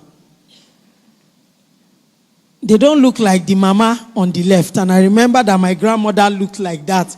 And in those days, they used to suggest that she was 60. You know how then when they told you that your father is 40, it's like, this old man, look at you now. Okay? But there is Arianna Huffington, who is 74, the founder of the Huffington Post. At 73, just founded an AI company with OpenAI. And yet some people are slowing down. Come on. Then there is David Letterman, who is 77. And they are talking to him about retirement, and he says retirement is a myth. This is a conversation going on in the world, and perhaps it's time, and thank you to Governor of the CEO's Community Group for bringing this front and center in Nigeria. So what do I say? I say perhaps this is the circle we should focus on. Embrace the fact that we probably don't have the might to hustle with the Western nations and the depth of their wallets. Maybe we need to embrace the fact that we are the training hub or one of the mega training hubs of the world. And truly expect that our people will jackpot. Because those nations of the earth are not getting younger. And prep for it. If we prep by training, who will train? Those who re-enter. Those who are exiting the workforce.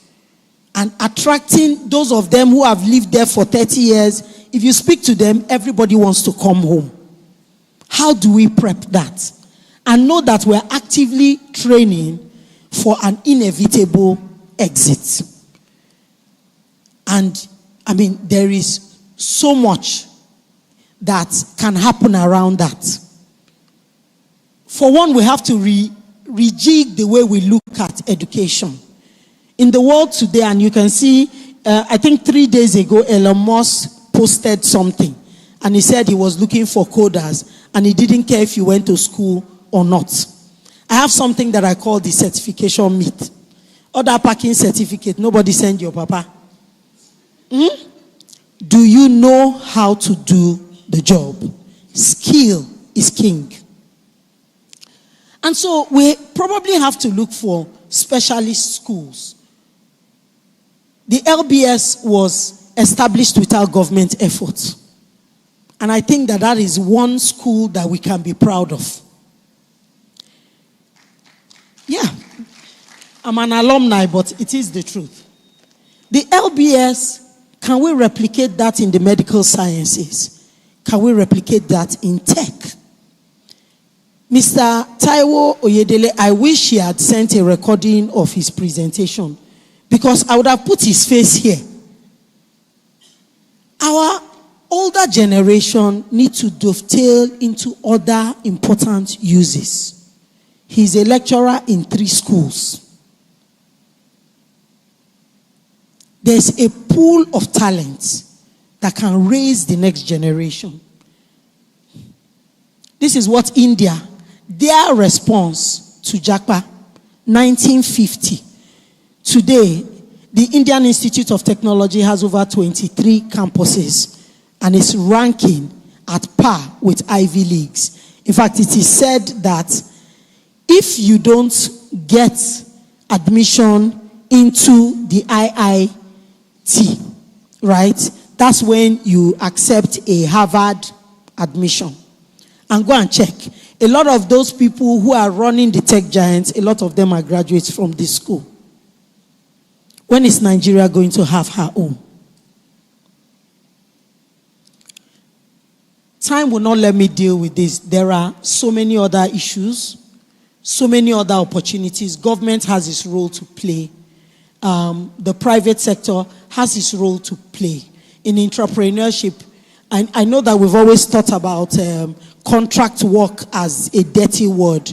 We probably need to revisit that. And I mean, go and talk to Mr. Oyedele about how he's volunteering. Yinka Oyetunji has Clean Initiative, which she does annually, a fantastic program. I have the Warrior Initiative, which is a mentoring platform. A lot of us need to wake up and do something giving back to society.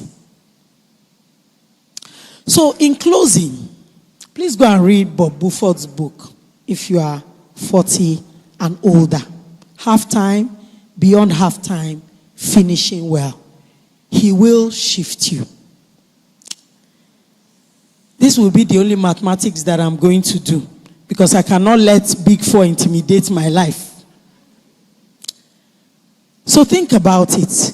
We're living older. Just go through social media and you will find that there are so many people celebrating their parents' birthday. If you have a living parent who crossed, or who is even dead, who crossed 70, please let me see your hand. Look, because I find this thing, people just feel I've wasted my life. Yes, maybe till you got to 50. It's my rallying cry to everybody who is in this pool, special pool of talent. You probably live to be 70. If you wasted your life, you still have 20 more years to make a mark. Yeah, because people are going through midlife crisis and they are beating themselves up. So after crying, please get up. There's 20 years to now decide that I want to live differently. If it's 55, it is 15 years. But peradventure, like your father, you are living to be 90 and you are currently 60. Oh boy, you have 30 years. Wake up, dress up, and make an impact. So thank you very much.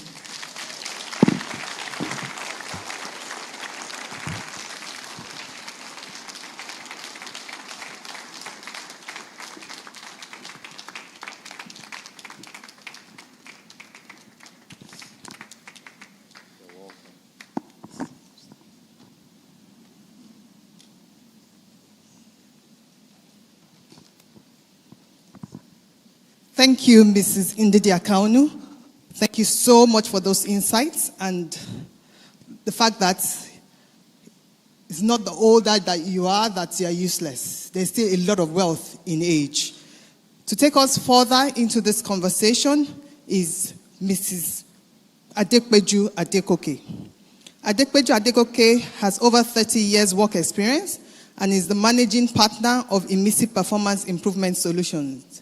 They provide organizations with consulting and coaching support to enable the linking of the 4 Ps: people, process, practice, and performance of an organization for the achievement of their desired goals. She's an HR consultant, performance specialist, and transition coach who has supported several organizations to achieve and surpass business and individual growth. Please welcome with me Adepeju Adegoke.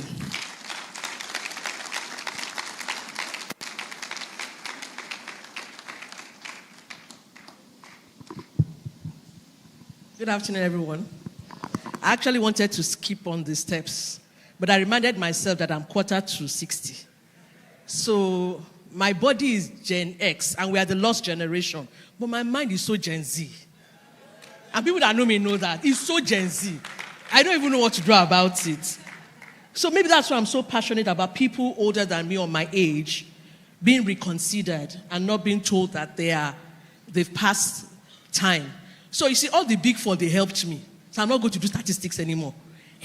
And then she helped me. She's a financial person. Me, I'm just plain HR, coach, facilitator.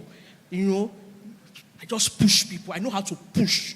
I will push. So I'm just going to tell you that you need to give this generation another chance. When I started my career, then they used to talk about those who worked in the oil companies, that they don't last when they leave. And I used to worry, why? Why would you have so much money and then you just go and pay me?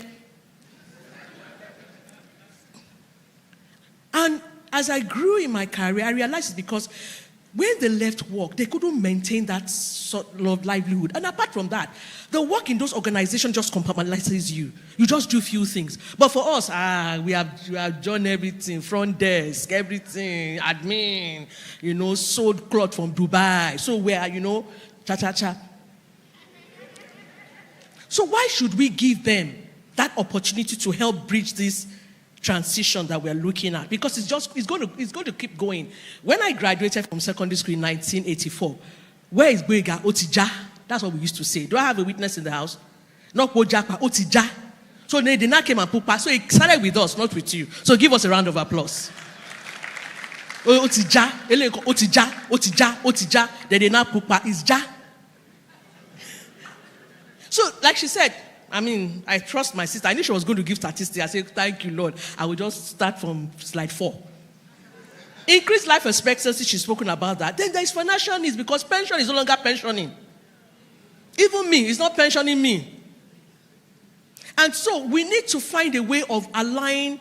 When I did a survey, because I just did a short survey, and somebody put it there, please don't take the jobs from the younger ones. No, I'm not taking the job from the younger ones. I want to charge the older ones, like she said, find a way of giving back because Nigeria gave to you. I think we were the last set that got some kind of, quality education because the teachers were teaching. We had Ghanaians, we had Indians teaching us. Even as at that, my father, who had only school start then, Cambridge, will still correct me when I write letters. Showing that as the years, it's a going phenomenon. He was the first set of his school when they graduated from Christ School. So it's just like that. 3, people want to stay engaged. 67% of the people that I surveyed, I had 80 respondents, only 79 qualified because like Nigerians, a 45-year-old filled the form without reading. 67% said, I just want to go back so that I can give back and stay mentally engaged. And then we also have this skill shortage. Last year during this summit, I said, look, go and look for women like me to go into tech. Get somebody like me to teach them who will not intimidate them. They will not jackpot. Just position the job. If it's 1 million you are paying, just look for 2 or 3 women and let them rotate. I said, you will go to bed and sleep. Because they are growing, they are not looking for anything. And you will be at peace. Then all the ones that want to jackpot, they will keep jackpot. Then when they come back, we will retire finally. So what are we saying? Sorry? Yeah. So the idea of retirement is long gone. There's something called retirement. And there's something, so we need to find a way of saying, how do we help these people? Life expectancy is increasing and everything. And so that's why I said, it's not a matter of retirement. It's a matter of retirement. He has spoken about the car. Put new tires on what you think to be old cars. And they call them vintage, right? The other day I saw one 200. I said, I almost see 200. Our own was WP 5510. You know, see vintage. And they value vintage. So we're not coming to take the jobs from you. We just want to let you see how we have stayed resilient over the years. And we're willing to learn. And because of that, someone like me, I animate. I'm an animator. I use software to animate. I create animations. I love to work with graphics. I create my slides myself. Because I want to challenge women to say, if I can do it, you can also do it. The only reason why I've not done AI is because I don't want to kill myself. Because I just try to do so many things so that just to show that we can do it. So when you're talking about retirement, so what did I think about? And I said, let's think about the reserve bench of football. Because when I was growing up, I used to play football with my brothers. I have 5 brothers. I'm sure you can see. But I loved football until my father used to suspend football because of village headmaster. You know, all those lovely I just hated football. Because, you know, that was what we looked for. Because from 4 to 8, then you now take most of the time watching nonsense football. But I remember the reserved bench. And I said, what if we treated older workers like those on active reserve bench? And then we bring them in to leverage on their depth and adaptability. That they've been there. They've done all those, you know, the thinking, the strategy. They understand the language much more than we do. We bring them back. They mentor. They go into the depth of their understanding and they're able to, you know, bring people up. What about we tap into their strategic impact? Because for someone like me, the moment I started working, I told myself, this is where I'm going to be at this age. I didn't have any counselor. I didn't have YouTube. But I just knew that I wanted to make something out of my life because my father, who wasn't a graduate, made something out of his life. I was driven. So if we bring them back, we bring them in, we begin to enable them share, you know, from the wealth of their knowledge and expertise, then we can bridge the gap. They teach about negotiation. They teach about strategic thinking. They teach about business acumen. They teach about resilience. They teach about, you know, staying strong even when things go wrong. They teach about politics in the workplace. That it is not bad. It's just that you just know how to manage several constituencies. We tell them, see all my bags. I bear in my body the marks of not knowing how to speak in an organization. I bear in my body the marks of being rude and condescending. I bear in my body the marks of being, you know, loudmouth. Now we know. And I found that as I mix with the younger ones, you know, there is this that, okay, yes, we understand. Yes, we understand. So they call me Gen Z Mama, and it's okay. I'm on a spectrum from Generation X to Generation Y. Then we bring them in to set up collaborative teams. But just put 1 or 2 there. And then just let them be there to just guide. That's why I said we retire them. That means we need to upskill them to get to that level. You understand what I'm talking about? Because they are your brothers, they are your sisters, they are your dad, they are your mom. You don't want them to pay me early now. Because when somebody has been used going to the office every day, then suddenly all they are doing is watching fire burning in this place. What's it, Dirty December? They get bored. And they are so, when I talk to them, I say, so as a transition coach, because we move people from where they are to where they want to be, what do you want to do? They go blank. And if I short of weeping, to say, Auntie, you can do this thing now. They go blank. I'm not even talking about the men, because the men don't say anything. Just see them, just, you know. But there's nothing. Because they are looking, age is there. You know, we women, we can sell trinkets and make 5K. We just calculate the 5K. But men want big. That's how God created them. We need to enable them to come back and give. So probably in that way, there is an awakening. So like I said, upskilling them, just like you upskill graduate training, right? We can spend money on them, you can spend money on us too.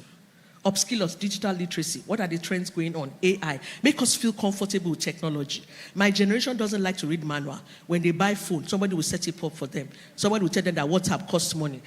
Not somebody like me. I do my thing. If anything, just give it to me. Tell me on the phone, I will repair my laptop. Tell me on the phone, I will repair my phone. I'm not part of them. Why do I do these things? I want people to know that if I can do it, you can do it also. So, and I know that there are a lot of people who are watching at home. Please do not give up. Age doesn't define you. You are the one who defines yourself. I tell people I have one bucket list, and that's to ride a power bike. And I'm going to do it. Because we must keep telling people that it's not over until it's over. So, in order to welcome them into the workspace, business owners, government challenge stereotypes, age-related. There's nothing called age. It's in the mind. Value experience and soft skills. So where they don't have strength to do the running, they have strength for the thinking. Put them on your think tank. And I know that most business owners don't like older people working with them because they know they will challenge them. You need somebody to challenge you so you don't destroy that business that you have been building. If you know the complaints that we hear about business owners every day as HR people, it is saddening. Of business owners and the way they behave. And you put money together like this, and yet you treat the people who work with you anyhow. But if you have someone like me, like your consultant, I say, oh boy, you can't do that too. Uncle, Mr. So, and I call them Mr. It's Mr. and Mrs., but I will tell you the truth. The only thing you tell me is that you don't want me to work again. And I shall carry my back, but I've told you the truth. So you invest in their training, offer flexible work arrangements. They're not going to do full time. So being a contract is not anything bad. Being a consultant is not anything bad. Foster a multigenerational workplace. Young ones, sure you see me. You like what you see. Not all of us like that too. Sure you understand. You are the ones that demonize us, but we are very cool like that. Sure you understand. We're cool like that. And I know that those of us who are older, you may think, how do they treat me? It's your mindset. That's why I said, we will reskill you to work with this generation. Recognize and reward contributors and then focus on retention. Now, what are we asking? We're asking the government, please revisit the national employment policy that was done in 2017. Let it include how to because you're saying you're pushing retirement to 70. Let it include how you can harness this great treasure of wisdom. One of the senior people in the East died yesterday, and I said, did this man write a book? Did this man just help us, teach us the things they learned English with Latin. We were even learning English, we can learn it very well. Then, like Lagos State does, Lagos State actually brings in people who have retired and makes them consultants. They work on projects. Like when COVID happened, nobody was saying that they were old doctors. They were looking for doctors with torchlights. And you did not say, oh, doctor, don't treat me. In fact, I found out that when people go to the hospital, who do they prefer? Who says so? On which day? What time? But when it now comes to the things of organization, you say that we're old. What kind of old school is that one? Do you know what has happened? Gradually, we are pushing out people that we can actually learn from. We see, forget about, this is not about mom, it's about you tap into what we knew when we didn't have computers. Then you tell us what you know now that you have computers. And we match the two together and we become a formidable force. The government also should create what we call data collection center, where we can make research, like I did in my survey, and I hope I can share it before we're done. And even to get to, I could not access their websites. Uncle, you are covering me, sir. Let's do private partnership collaborations to see how we can support private organizations to employ the older ones, Incentive for employers who do this kind of work. For example, I have some here. You can, Swiss, finish that one by yourself. They have a program. UK has a program. Australia had a program. As I read, I found out that a lot of government interventions, because they realized, like she said, most of their workers were old and they needed to find a way of keeping them until that gap that we are feeling, they can bring up their children to fill the gap. So we need to not just adopt, but adapt what works for us in our own climate and ensure that we can tap, that wellspring of wisdom that we're talking about. Let's use alumni old school. All of us have WhatsApp alumni, right? After every other university, you understand.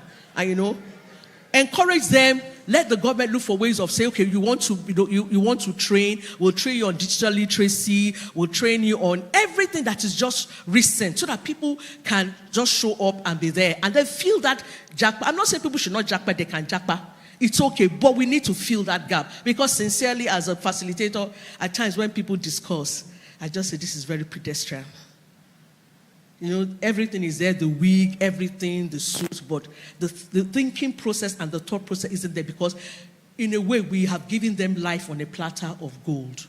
And so that ability to say, you know what we say, I will use my head to clear the bush. How did they say it in English? Isn't there, and we can do that for the older one. In fact, in my survey, somebody said, Poju, did you see my summation? I said, no. I said, because I now realized that the person wrote, I am looking for a job. And we're colleagues. But they can't come up openly because people will laugh at them. And like some people said, don't take the job from my younger ones. I'm not.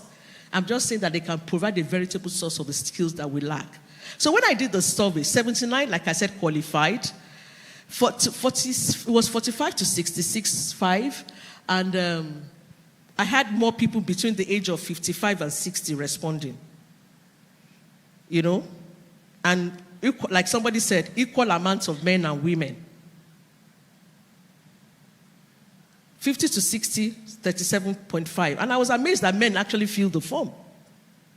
That means that it's something that is ongoing. So please, if you are here and you're over 50, 60 and you're still working, please, there are myriads of people that age that don't even know what to do. And you see them day by day. They very intelligent people, you just see them decimated.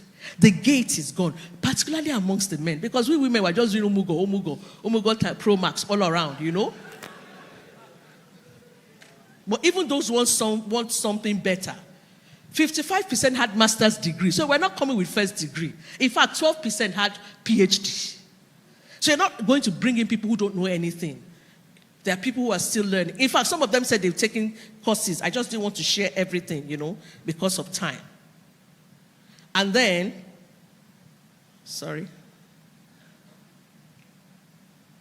seeking employment, 33.8 said they are seeking employment. Of this 33.8, 48 of them are still working, meaning that they're already thinking about when they're going to tell them that they're going to retire. So they're thinking, what will I do? So these are some of the statistics from the training, the survey. All right? Age discrimination was one of the greatest things okay, so first and foremost, let me start from there. I think you've tampered with my slides, but it's okay. 31% said they would like flexi work. 26% said consulting. 13% said contracting. Only 18% said they would like to do full-time work. Why do you want to go back to work? 63.7 says to stay mentally active. 51% said to financial need. 50% said personal fulfillment. So it's not as if they don't want to. Have they faced challenges entering the market? 60% said yes. And what is the greatest challenge? Age discrimination. Ladies and gentlemen, I just want to ask us, business owners, please, let's invest in this population. They have skills that you cannot just understand. I was reading and I just realized that as you grow and you continue to work and you learn, your gut is so developed that you can take decisions that even defies all the charts and everything here. Because it's based on consistent solving the same problem over and over again. And it's the way that as you grow, when you want to employ, you can just see somebody and say, this person will ruin your company. After I say, I don't know, but I know that this person will ruin your company. Who doesn't need that kind of person in your organization? Ladies and gentlemen, with these few words of mine, I hope I've been able to convince you, hopefully not confuse you, that Gen Z mamas like us and papas, we are still available, still kicking, willing to contribute and to take this nation to where God has ordained it to be. Thank you very much. And I shall watch my step going down. Wow, wow, wow. Please, let's keep clapping. Let's keep clapping. It's been a very interesting discourse all through today. Very, very interesting indeed. We've heard about the opportunities that abound. We've just heard that we should challenge stereotypes and foster multi-generational mindsets. We will now be going into another set of discussion, a panelist discussion, where we'll be having a set of panelists discuss some of these issues, topical issues, and I believe it's going to be very, very interesting. We'll have Mr. Gbolahan Joshua, who will be the moderator of this panel discussion. Gbolahan Joshua is a finance and digital executive with over a decade C-suite experience. He is an executive director and the group chief operating officer of FCMB Group, a financial services group with over 8,000 employees and 13 million customers with interests in banking, consumer finance, investment banking, wealth management, and financial technology. Gbolahan is a chartered accountant and a digital enthusiast with 25 years experience in the African financial service sector. He possesses a deep knowledge of the local and international financial market and investor community, and has led teams that have raised over $1 billion in the Nigerian and international capital markets across various products, including equities, ATIs, bonds, Eurobonds, and the likes. Gbolahan has sponsored and led various transactions of this nature. Please welcome to the podium Mr. Gbolahan Joshua.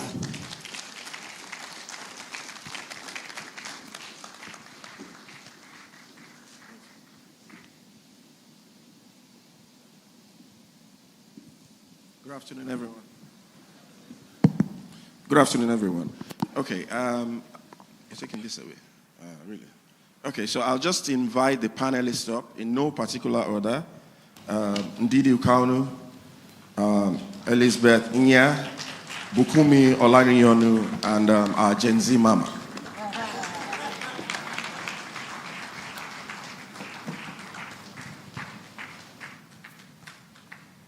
Thank you. Thank you. Thank you. Good afternoon. Good afternoon.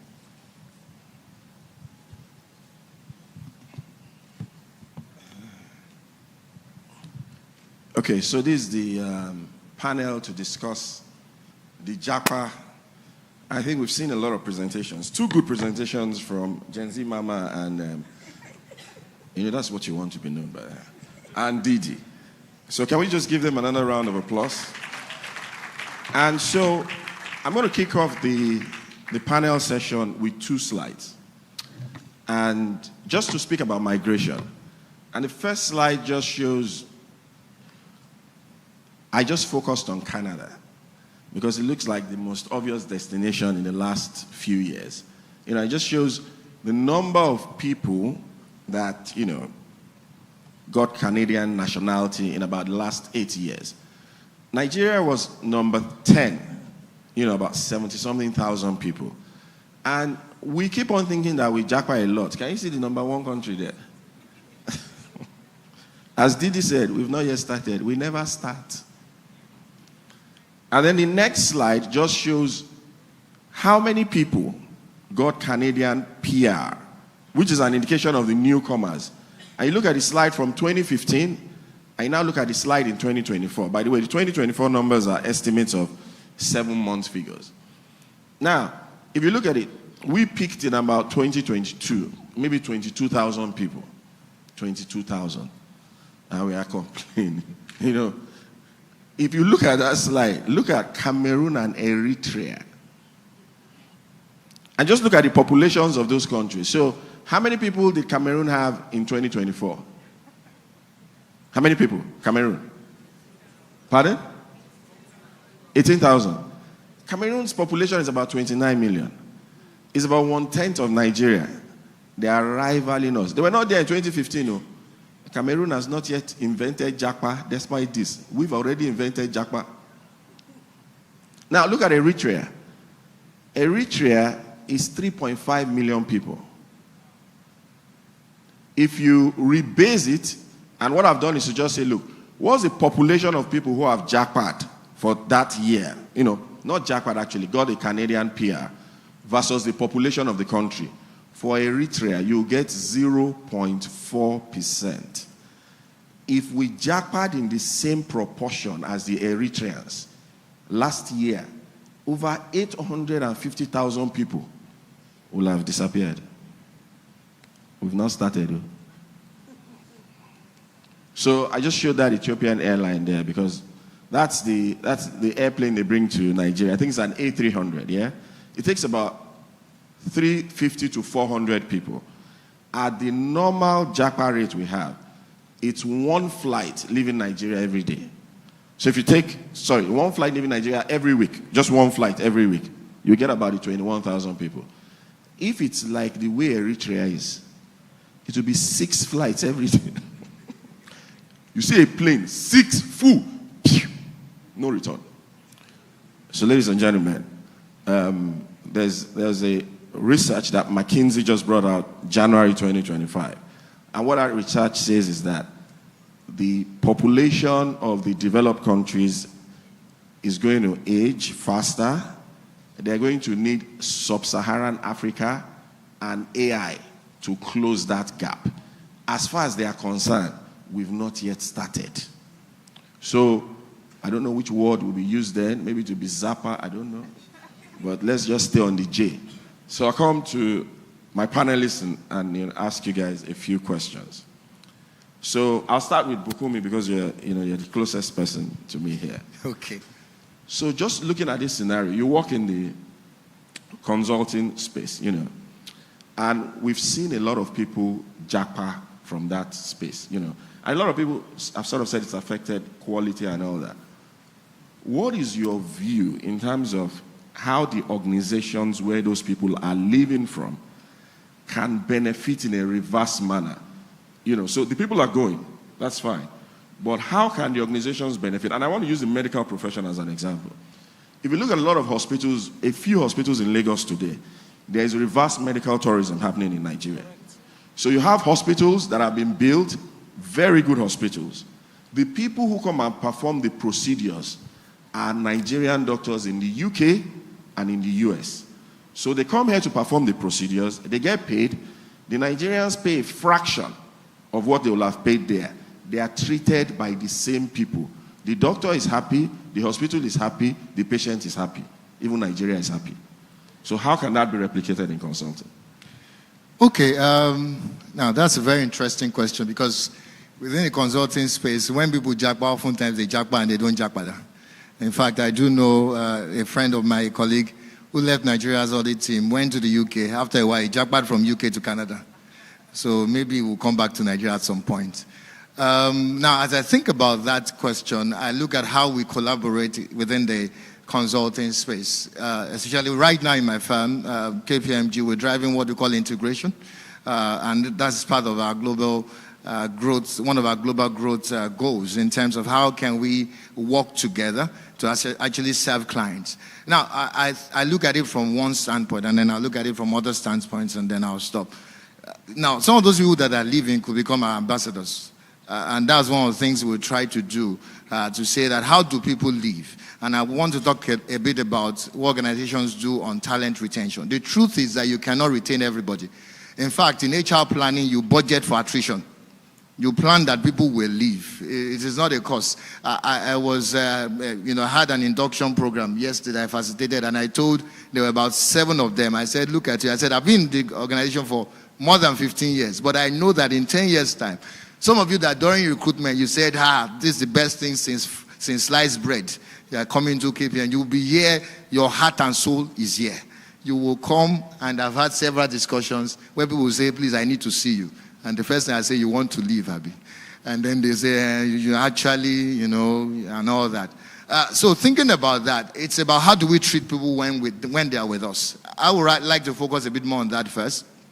And one of the things I would like to talk about is around developing an employee value proposition that paints a picture, a vision for people that they can buy into. And I'm speaking to leaders here. Are you able to cast a vision for your people that they see themselves inside it? Or is it about you taking all the money and then they are treated shoddily? Do you have a proposition that helps them thrive with you so that even if they leave, they can refer business to you? Not everybody will jackpot to consulting. Some will jackpot to international organizations, and those ones can be source of business. So that's not some benefit you can get. And at the end of the day, some could actually even come back. And you may end up working with some of them in cross-border engagements and transactions. And so you will reap the benefits. But I think one of the major benefits, which we try to drive in my firm, we have a very simplified and very beautiful proposition around employee values. How do we keep people, helping them do work that matters, striving with us, come as they are, and learning for a lifetime. So continuous learning is what we drive. People will still leave, whether you want or not. So don't say because they will leave, you won't train them. Because that's another thing that people do. But when they leave, can they speak for you? Can they become your ambassadors? So that's what I would like to say around that. Thank you very much. Next question will be for you, Ms. Nyah. So, from time immemorial, people have been jackpotting. See, I grew up in a university town in Ibadan. And I remember that doctors from the 80s had started going to Saudi Arabia. And most of the ones that first went were the ones that were trained, had a foreign training. So even the generation, as people were coming up, people had it at the back of their mind that you have to stain this your CV with something foreign. Now, if you look at most companies, and I think Mr. Oyedele said the same thing, a lot of the leaders might not have schooled abroad, but they've gone for executive education there. So there's a message that is being indirectly passed to the younger generation in terms of leapfrogging. But the organizations complain that the people are, jackpot. From a HR perspective, a talent retention perspective, how do organizations start from the entry-level perspective to give people that sort of exposure that they need? So that, just what Bukunmi was saying, if the employee, if what he really needs is foreign exposure, they can build that into the curriculum. The person can get that here without having to migrate to get that foreign exposure and still harness his skills in Nigeria.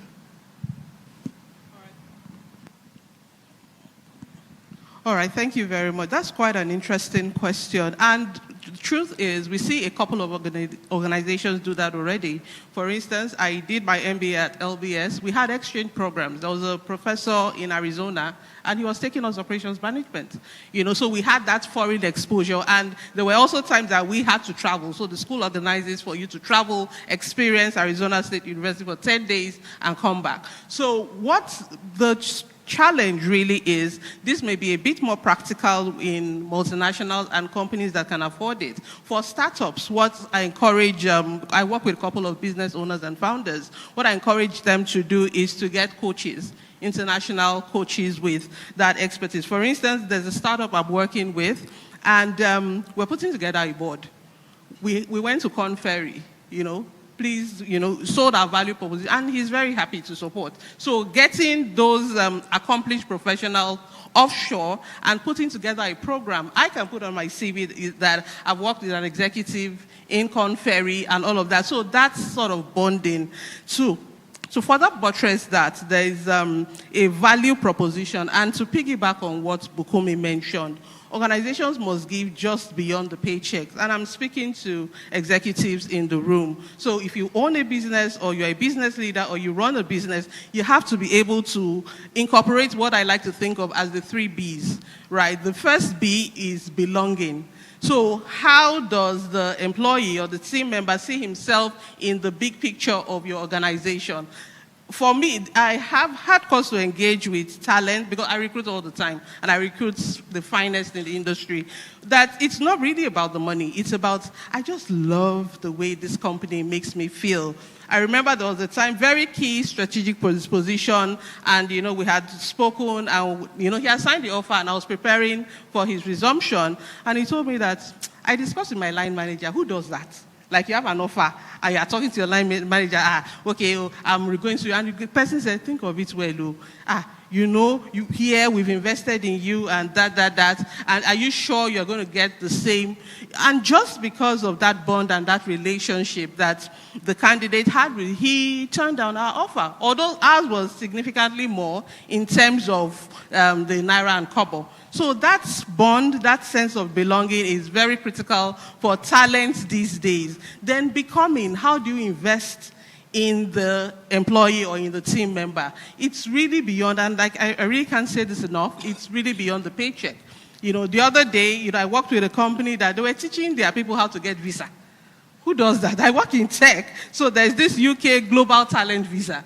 But again, it's that wherever you are, we know that we've invested in you enough to be an ambassador, and wherever you are. So you can even be the one to go and open our Canada office, or you can be the one, to refer clients to us and all of that. So what I'm saying in summary is the world is a global village now, and there's technology that we can leverage. So your talent don't necessarily have to leave, but you can create opportunities for them to be mentored. You can create opportunities for them to grow and have some form of exchange program with accomplished professionals.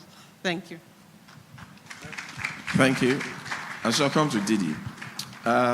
Nigeria has very high youth population, English speaking. The language of finance, the language of customer care is English. If you look at a country like India, they did very well from a business process outsourcing perspective. Now, I'm looking at JAPA from a business perspective now. What is stopping us from becoming a BPO hub in Nigeria, where we have all these young guys? We can have outsourcing centers. The back offices of those foreign companies are in Nigeria. We even have AI now. It doesn't matter the accent, the AI will clean it up. You just think you're talking to somebody from downtown Singapore or something. So how do we harness that business opportunity and then retain more people here, even though they are technically diasporas, just that they are here, so they'll be diaspora. They are earning foreign, but they are working global. Let it be on record that we have a new word in the English dictionary, diaspora. So if we want to grow the diaspora population, right, I think that often when we speak about HR, we're mostly often speaking about hard skills and hard skills and hard skills. But there is when I spoke earlier and I spoke about the gap in our values, well, there's a growing gap in soft skills. It's interesting that you asked me that question because middle of last year, I traveled to America and I met this guy. He's probably watching. And in the course of our conversation, this is a tech person who is globetrotting and is based in America. And I'm talking about he's always hiring remote workers. And he says to me that I will never touch Nigeria again. And I was like, excuse me? Do you know that we are the tech hub of Africa? Say we're jokers. This is a Nigerian guy. And what's his problem? Say we lack discipline. All of his complaints was with the soft skills. So that is a gap that exists in our market. And it's not just in tech. If you speak to people who own farms, they will tell you that they get workers now from Togo. If you go on any construction site, a lot of the people who are working there are non-Nigerians. And we say, oh, the unemployment is huge. Whilst we're brilliant and we have the skill sets, we are waning in soft skills. So we need to upskill in that area. And that's where there is huge value in what Poju was saying earlier on, to pull they are not diasporans, what we call them, Gen Z mamas and Gen Z papas, back into the workplace. So we have this blended workplace and we can help. Look, these guys are smart. The Gen Zers, they are sharp. They are risk takers unlike us. They are willing to move. But there is something that experience will teach you in the area of soft skills. And that's one of the intrinsic values that there is to offer. And I think that if we are to correct for those things, our people will be better positioned to take those opportunities because they exist. Thank you. So I come to our Gen Z mama. You know, one of the things you spoke eloquently about having the older generation in the workplace. But how do we deal with the cultural issues? The cultural issues of my name is Gbolahan. You knew me when I was in primary school. You knew me when I finished school. I'm now 28. You are my father's friend. We are now working in the same office. The culture is first name. But I used to call you sir. Now I've seen you. Your name is Mr. Dele Adebeshi. When I call you Dele, you look at me in the meeting. Gbolahan. Gbolahan. Gbolahan. How do we deal with it? Okay. I actually knew that this question was going to come up. Myself. When I meet some people and they call me Peju, sincerely my heart palpitates. But I tell myself that if I'm going to win them over, I've got to allow them draw near. And you know, it doesn't take long for people to change. Because by the time they hear you speak, they'll just say, let me rearrange myself. And I say, call me Lady Sister P or PJ. So that's why I said we need to reschool them, retire them. We retire them. So you're coming in. It's not like when we're there. So go and look for a name, an alias. Tell them that my name is Mr. I know, but you can call me any P. That one doesn't have Mr. or Mrs. It solves that problem. That's why I said there has to be a campaign about ageism. And let's bridge that gap. Nigeria is a very cultural place. And so when people say that, and I'm a cultural specialist to that, you need to contextualize culture. And that is one of the things we need to also realize, that there are some cultures that may not work for us. But the moment we want to make it a blended learning environment, then we need to train both the younger generation and the older one to work together. At least when we go and fight Boko Haram, you don't call me sir, you don't call me ma. It's all about sorting it out.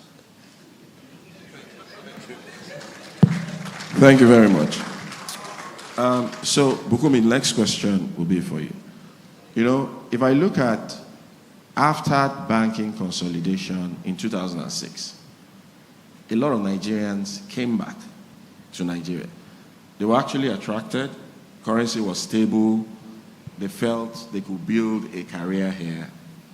And if you look at a lot of the technology companies in the world, you don't see Nigerians at the leadership. And the reason why you don't see Nigerians at the leadership is because when Nigerians traveled then, they were doing contracting. And contracting used to pay better than full-time. And a lot of the Asians went into the full-time roles. Now, the Nigerians contracted for 20 years and expired. The Asians walked through and got to the highest levels. And that's what you're seeing in Microsoft and all that. So these guys now that are Japan, given the experience a lot of the firms here have, how do we mentor them? Number one, not to make the same mistake the older generation made. But number two, give them the opportunities here when leadership positions arise, so that they can get that leadership experience, which they might not have been able to get there, and then transition back into the global workforce. So that when you look at a Google or you look at a Microsoft or something, years later, you can see Nigerians. So you see Nigerians in the finance field. I mean, Bayo Ogunlesi was just announced. But you don't see any Nigerian in tech operating at that level. They've contracted themselves out. Okay, I mean, that's a very interesting question. It's a difficult question, but I will try to answer it. So they've contracted themselves out. So the question is it that, no, I'm not asking you the question. I'm just painting a scenario. Is it a matter of delayed gratification?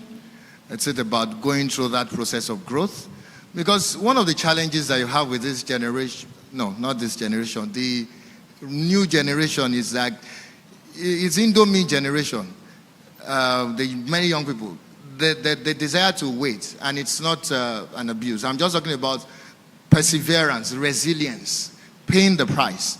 Ndidi is here. If she tells you the stories of her career, she's CEO of Parthian Capitals now. But she's gone through a lot. I've gone through a lot myself. I'm a very young man right now. I'm not so old like Mama, Gen Z Mama. But we go through a lot. But I think the challenge may be that many people are not willing to go through that rigorous process of actually owning their skills and actually building something. So maybe the challenge oftentimes they jump from one thing to another. So what I would say is that mentorship perhaps needs to also play a role here before they leave.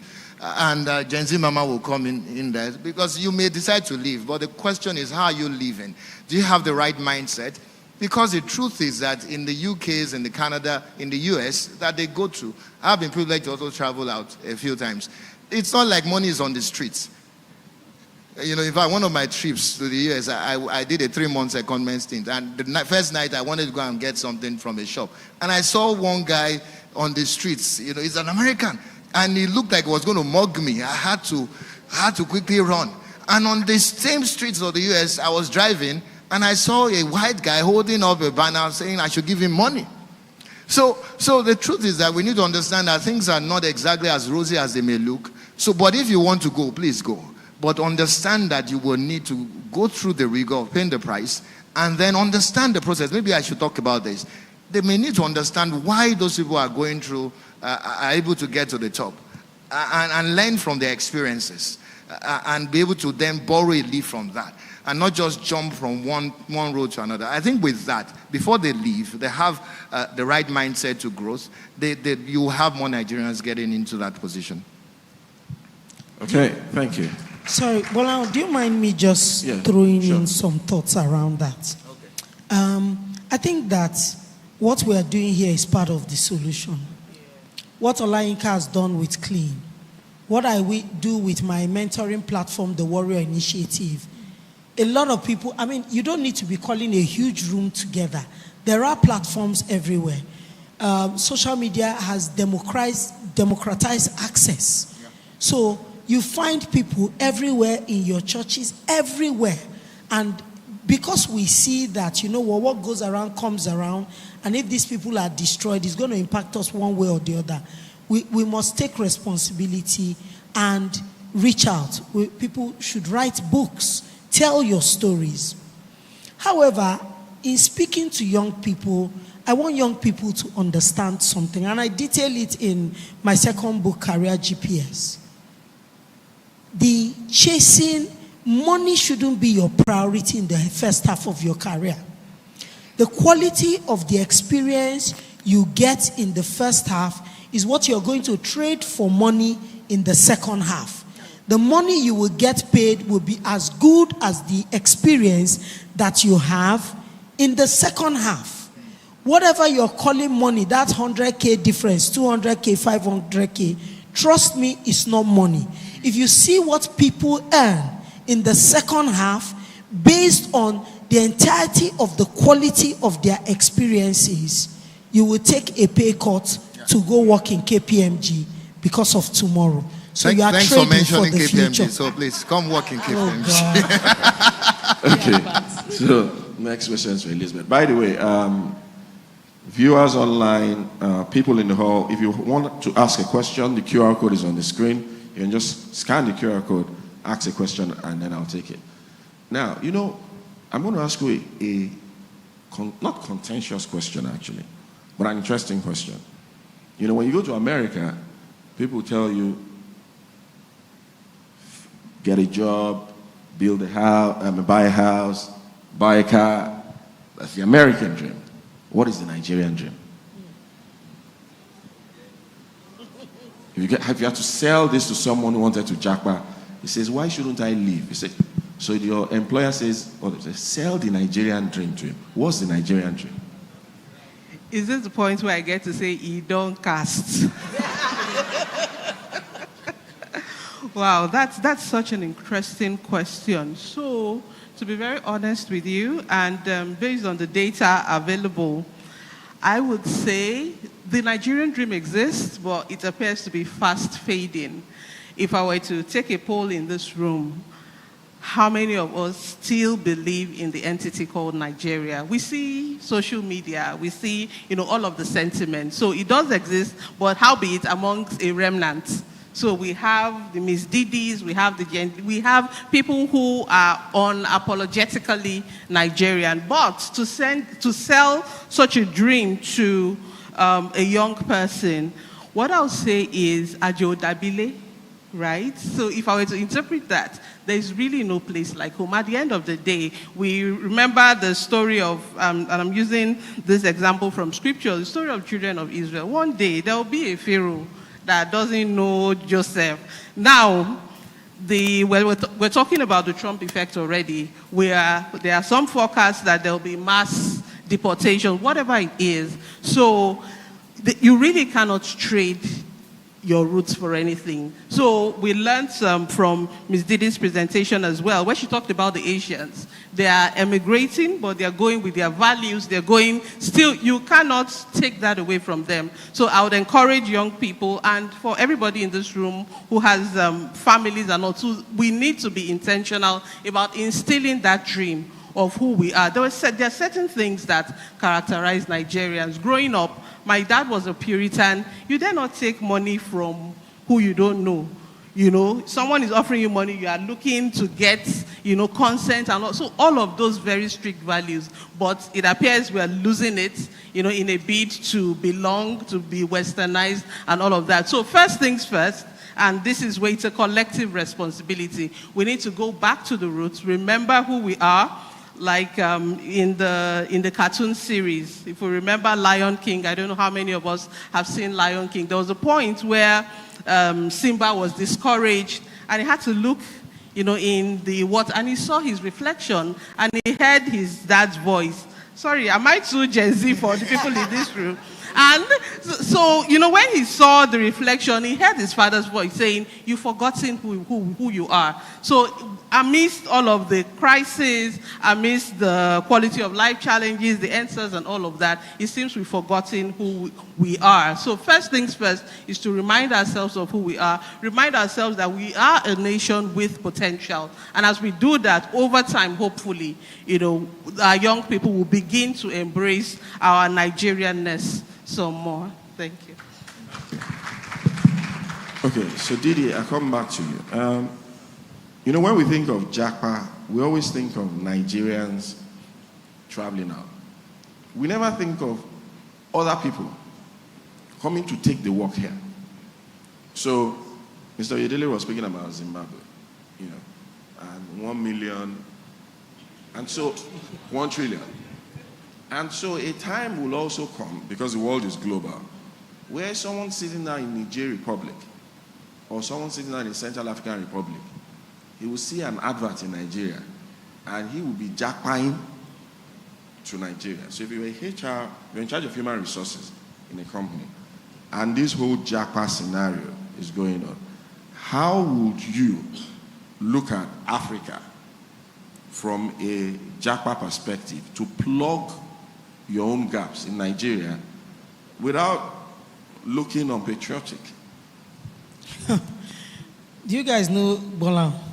He has the toughest questions all the time. So for me, what would be welcome? No, it can't be welcome. But the truth is that capitalism is the order of the day. And if businesses, formidable businesses, cannot find the human resource that they require, they will take it where they can find it. And I think that if Africa opens up that way, because remember that we once had Ghanaian teachers, right? Predominantly in Nigeria. Remember, we've had eras when Togolese domestic help. And so let's not think that the question that Gbolahan is asking is far-fetched. It's not, because it's happened. Where did Ghana must go get his name from? Remember? So for me, if I were a HR person, it would be welcome, but I would be looking to focus on, first, you want to see that people have the hard skills. Then you want to see that there will be a cultural fit, both for the nation and for the company. And when you are talking cultural fit, today, we always think of Ghana as next door. Mr. Oyedele said it. I would think that very easily, Ghana is a cultural fit for Nigeria. And honestly, to be honest, I'll start traveling there to go and get the best of the best and entice them to come in. But that would be such an unpatriotic stance. But truth be told, since that is a possibility in the horizon, the conversation around the Gen Z mamas coming back into the workplace, around Nigeria becoming a training hub, is something that we must begin to take seriously. We can't wait for government to do everything. We have to start to train in small pockets as organizations, as philanthropy. But we must start to do something, because what you're saying is something that can truly happen. Thank you. Okay, thank you. Gen Z Mama. You know, I want to look at internal JACPA now. You see, when we think of JACPA, we think someone from Lagos going to Canada. But if you look at remote working, yeah, there's nothing that stops somebody from Benin Kebbi working for a company in Lagos, but he's working remotely, you know. But we have this innate attitude that you want to work remote. Are you not in Nigeria? Now, Ndidi spoke about the discipline part. You know, I mean, I have witnessed people who are late for virtual meeting. You know, and then when you ask a person, why are you late? You say, it's traffic. Then you forget. There's no traffic on Zoom. But he has already said it's traffic because it's his nature. So, you know, how do we get a responsible workforce to leverage our diversity so that you can hire someone in Yenagoa, you can hire someone in Enugu, you can hire someone in Benin Kebbi, you know, who can work remotely from there but has the discipline and the organization has that culture. Thank you so much, sir. You know, when we talk about the Nigerian dream, it starts from the home. There's so much that we can't do with a lot of the workforce now. It will take a huge miracle in terms of changing that side, because they believe that we work too hard. What do we have to show for it? We are yes people. We didn't do anything to help Nigeria, so you are not there. They are the ones who did NSAS. But I will remind them that before NSAS, there was Ali Must Go, and we were there, even though we don't shout about it and everything. So there is a need to start this thing from the home in terms of inculcating those attitudes that make people just want to be responsible. One, like Ndidi said, we all have various platforms, but the challenge is that most of the voices of the middle-aged people here don't even show anything on platform. So we are allowing people who say when you go to the altitude, you meet to the negative, and the negative surpasses the altitude. You know, all those things that they say, working on the minds of the people. So if people like you, sir, don't have handles, where you are telling people, this was my experience, these are the things that we are going to lose. The internet and social media will keep conditioning their mind, because all this quiet quitting, people are saying people are quiet quitting. I said, that one does not happen in Nigeria. Not a quiet quitting. If you have somebody whose head is correct, who is your guy, you will walk. You are the one who say you are not going to work again. So we have to attack this on a multi-pronged area. Church, family, individuals, just telling people that, see, this attitude is not going to get you anywhere. It's in fact, it has to be a personal course. I have a group that I mentor, and it's not just about reading, it's also about your attitude towards life, delayed gratification, knowing that, you know, you need to put in something to get something. There is nobody that plucks money from the tree. It started from when they told us in school that there are people that have magnetic brain, that they don't read, that once you just go to exam. And I used to wonder, how do people have magnetic brain? Until I realized it was a fallacy, that for you to pass, you must read. So we need to begin to attack those thinking patterns in order to get people to appreciate that you can work. I've been working for home forever, since I started my business, because then we started realizing that you don't have to have an office to be a consultant. You go to your consultant. In fact, you do your work there. When you are done consulting, you finish the rest of your work there and you go home. So, but it's just that self-discipline and how we can let them see that it pays on the long run. Excuse? So just to throw out this line, and maybe this is a tad bit controversial, but it's the truth. You know, I think young people these days need to establish or define the difference between challenge and abuse. Everything that tasks you that is uncomfortable is not necessarily abusive. And there is absolutely no real growth happening in comfort. If you're going to grow, something has to challenge that growth to come out of you.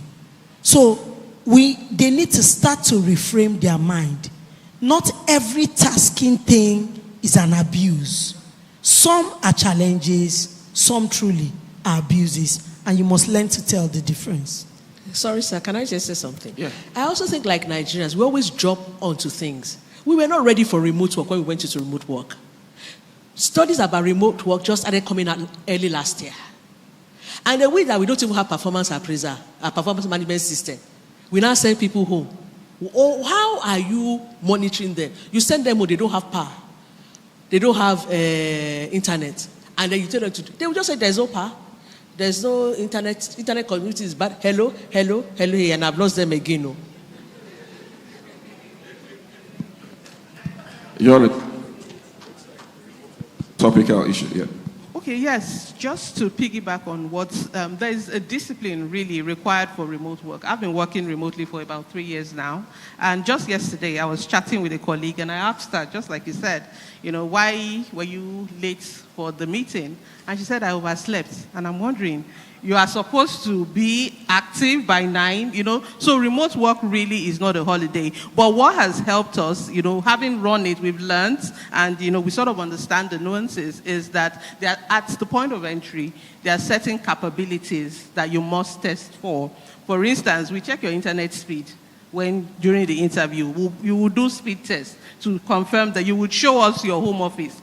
Some offices have cultures of videos always on, that sort of discipline. Then, in instituting the policy, we also had a recall policy. So if for any reason, maybe you are not available for a meeting or a stand-up and all of that, you return to the office. So for remote work and this is to piggyback on what our Gen Z mama said, for remote work to work, there must be structures, there must be some discipline driven by the organization to get the best of it. What I see a number of startups and in a bid to be nice and inclusive, they just say everybody remote, but the organization is losing money in terms of returns. There's productive hours dips. People are calling you, from the market, you are here, and you are supposed to be at work. So that whole structure, and again, this is for business owners here, don't just jump into remote work. Efficient remote work requires infrastructure. You must have monitoring tools. You must have communication tools like Slack and the rest of that. Okay. So please put that structure in place so that you get the best value out of your remote work systems. Okay, I'll just take 2 questions from our online audience. The first, I'll direct to you, Ndidi. Someone said, look, for those in the diaspora that want to come home, what is the need for them? How can they contribute? I think that's a great question and a question for the now. And I think there are many opportunities. So in some instances, you should be reaching out to schools. We learned that even from Mr. Taiwo Oyedele, offering to be faculty, right? At that stage, you shouldn't really expect to be paid what you were earning over there. There is the opportunity to band together with, we talk about doctors earlier. But if you look at the nursing system, there's something called nurse practitioner, right? One thing about returning to Nigeria that is a positive is in our economy, there are severe gaps everywhere. And those gaps are opportunities. So it can be you banding with 1 or 2 or 3 people who are also over there, identifying an area where you can plug a gap and come in to plug that gap. I have an aunt who is a nurse. She was first a nurse in the UK, started earning a pension, and then moved to America, and she's a nurse in America. And every 5 minutes, she's talking about how she can't wait to come back home. All those 1 bed that you will be attending just by yourself. I want to participate. And I said, when you come back, what will you be doing? She said, no, party. And I said, is there a reason you cannot set up a nursing school? At least train auxiliary nurses. Those are the kind of things we want people to think about when they want to come back in. Okay, thank you. We've run out of time. There are a few more questions here. We will get back to the people that asked the question. One is actually for Bukunmi, but you can't answer it here. Somebody said it's not easy to come and take a pay cut and work for a KPMG when there's responsibility. There's another one about, people speaking about the age requirement, that in this new world, should organizations still be saying there's a minimum age for entry level if you're not 21, if you're not 25, And just as we end, a lot of people have spoken about infrastructure for remote work. It also requires a lot of tact, I've seen two people who were working in an office remotely for a long time, and then when they met at a physical session, one told the other one, I didn't know you look like this. The guy said, what do you mean, don't know I look like this? He said, no, I thought you looked different, So it just requires a lot of tact and discipline. Thank you. And can we give our panelists a round of applause? Thank you.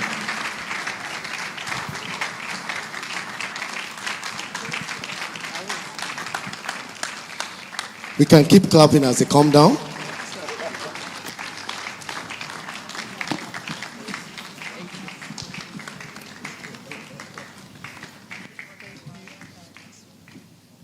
Want to say a big thank you to all our speakers. Please be seated.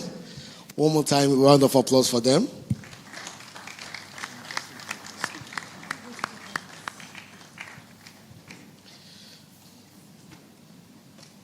So right about now, we'll be wrapping up the program, and we trust that this has been an eventful and insightful event today. And this is the Economic Outlook 2025, powered by the platform Nigeria. Once again, a round of applause for yourselves as you're here. So right now, I'll be bringing up on stage for the closing remarks the board chair of the Convener Community Group, Olayinka Oyetunji. Thank you very much.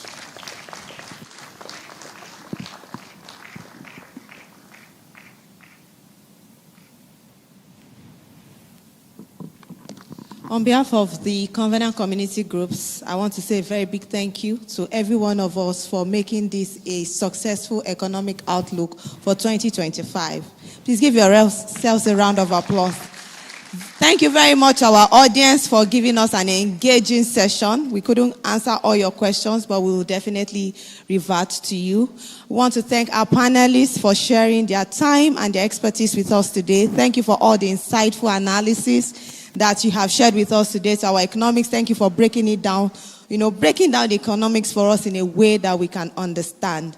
I also want to thank the CEO community groups. Please, a round of applause to the CEOs community group and all the volunteers that have put this together. They've worked tirelessly to make sure that we derive value from these sessions.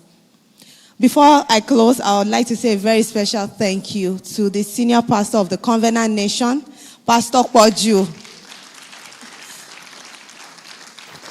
We want to thank you. He's the patron of the Convener community groups, and his support is very glaring. Thank you for the platform, for hosting us. We appreciate you.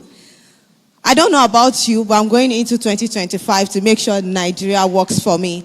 As we depart, please let's make sure that we continue to build our economy. This is our Nigeria. This is our story to tell. Thank you very much, everyone.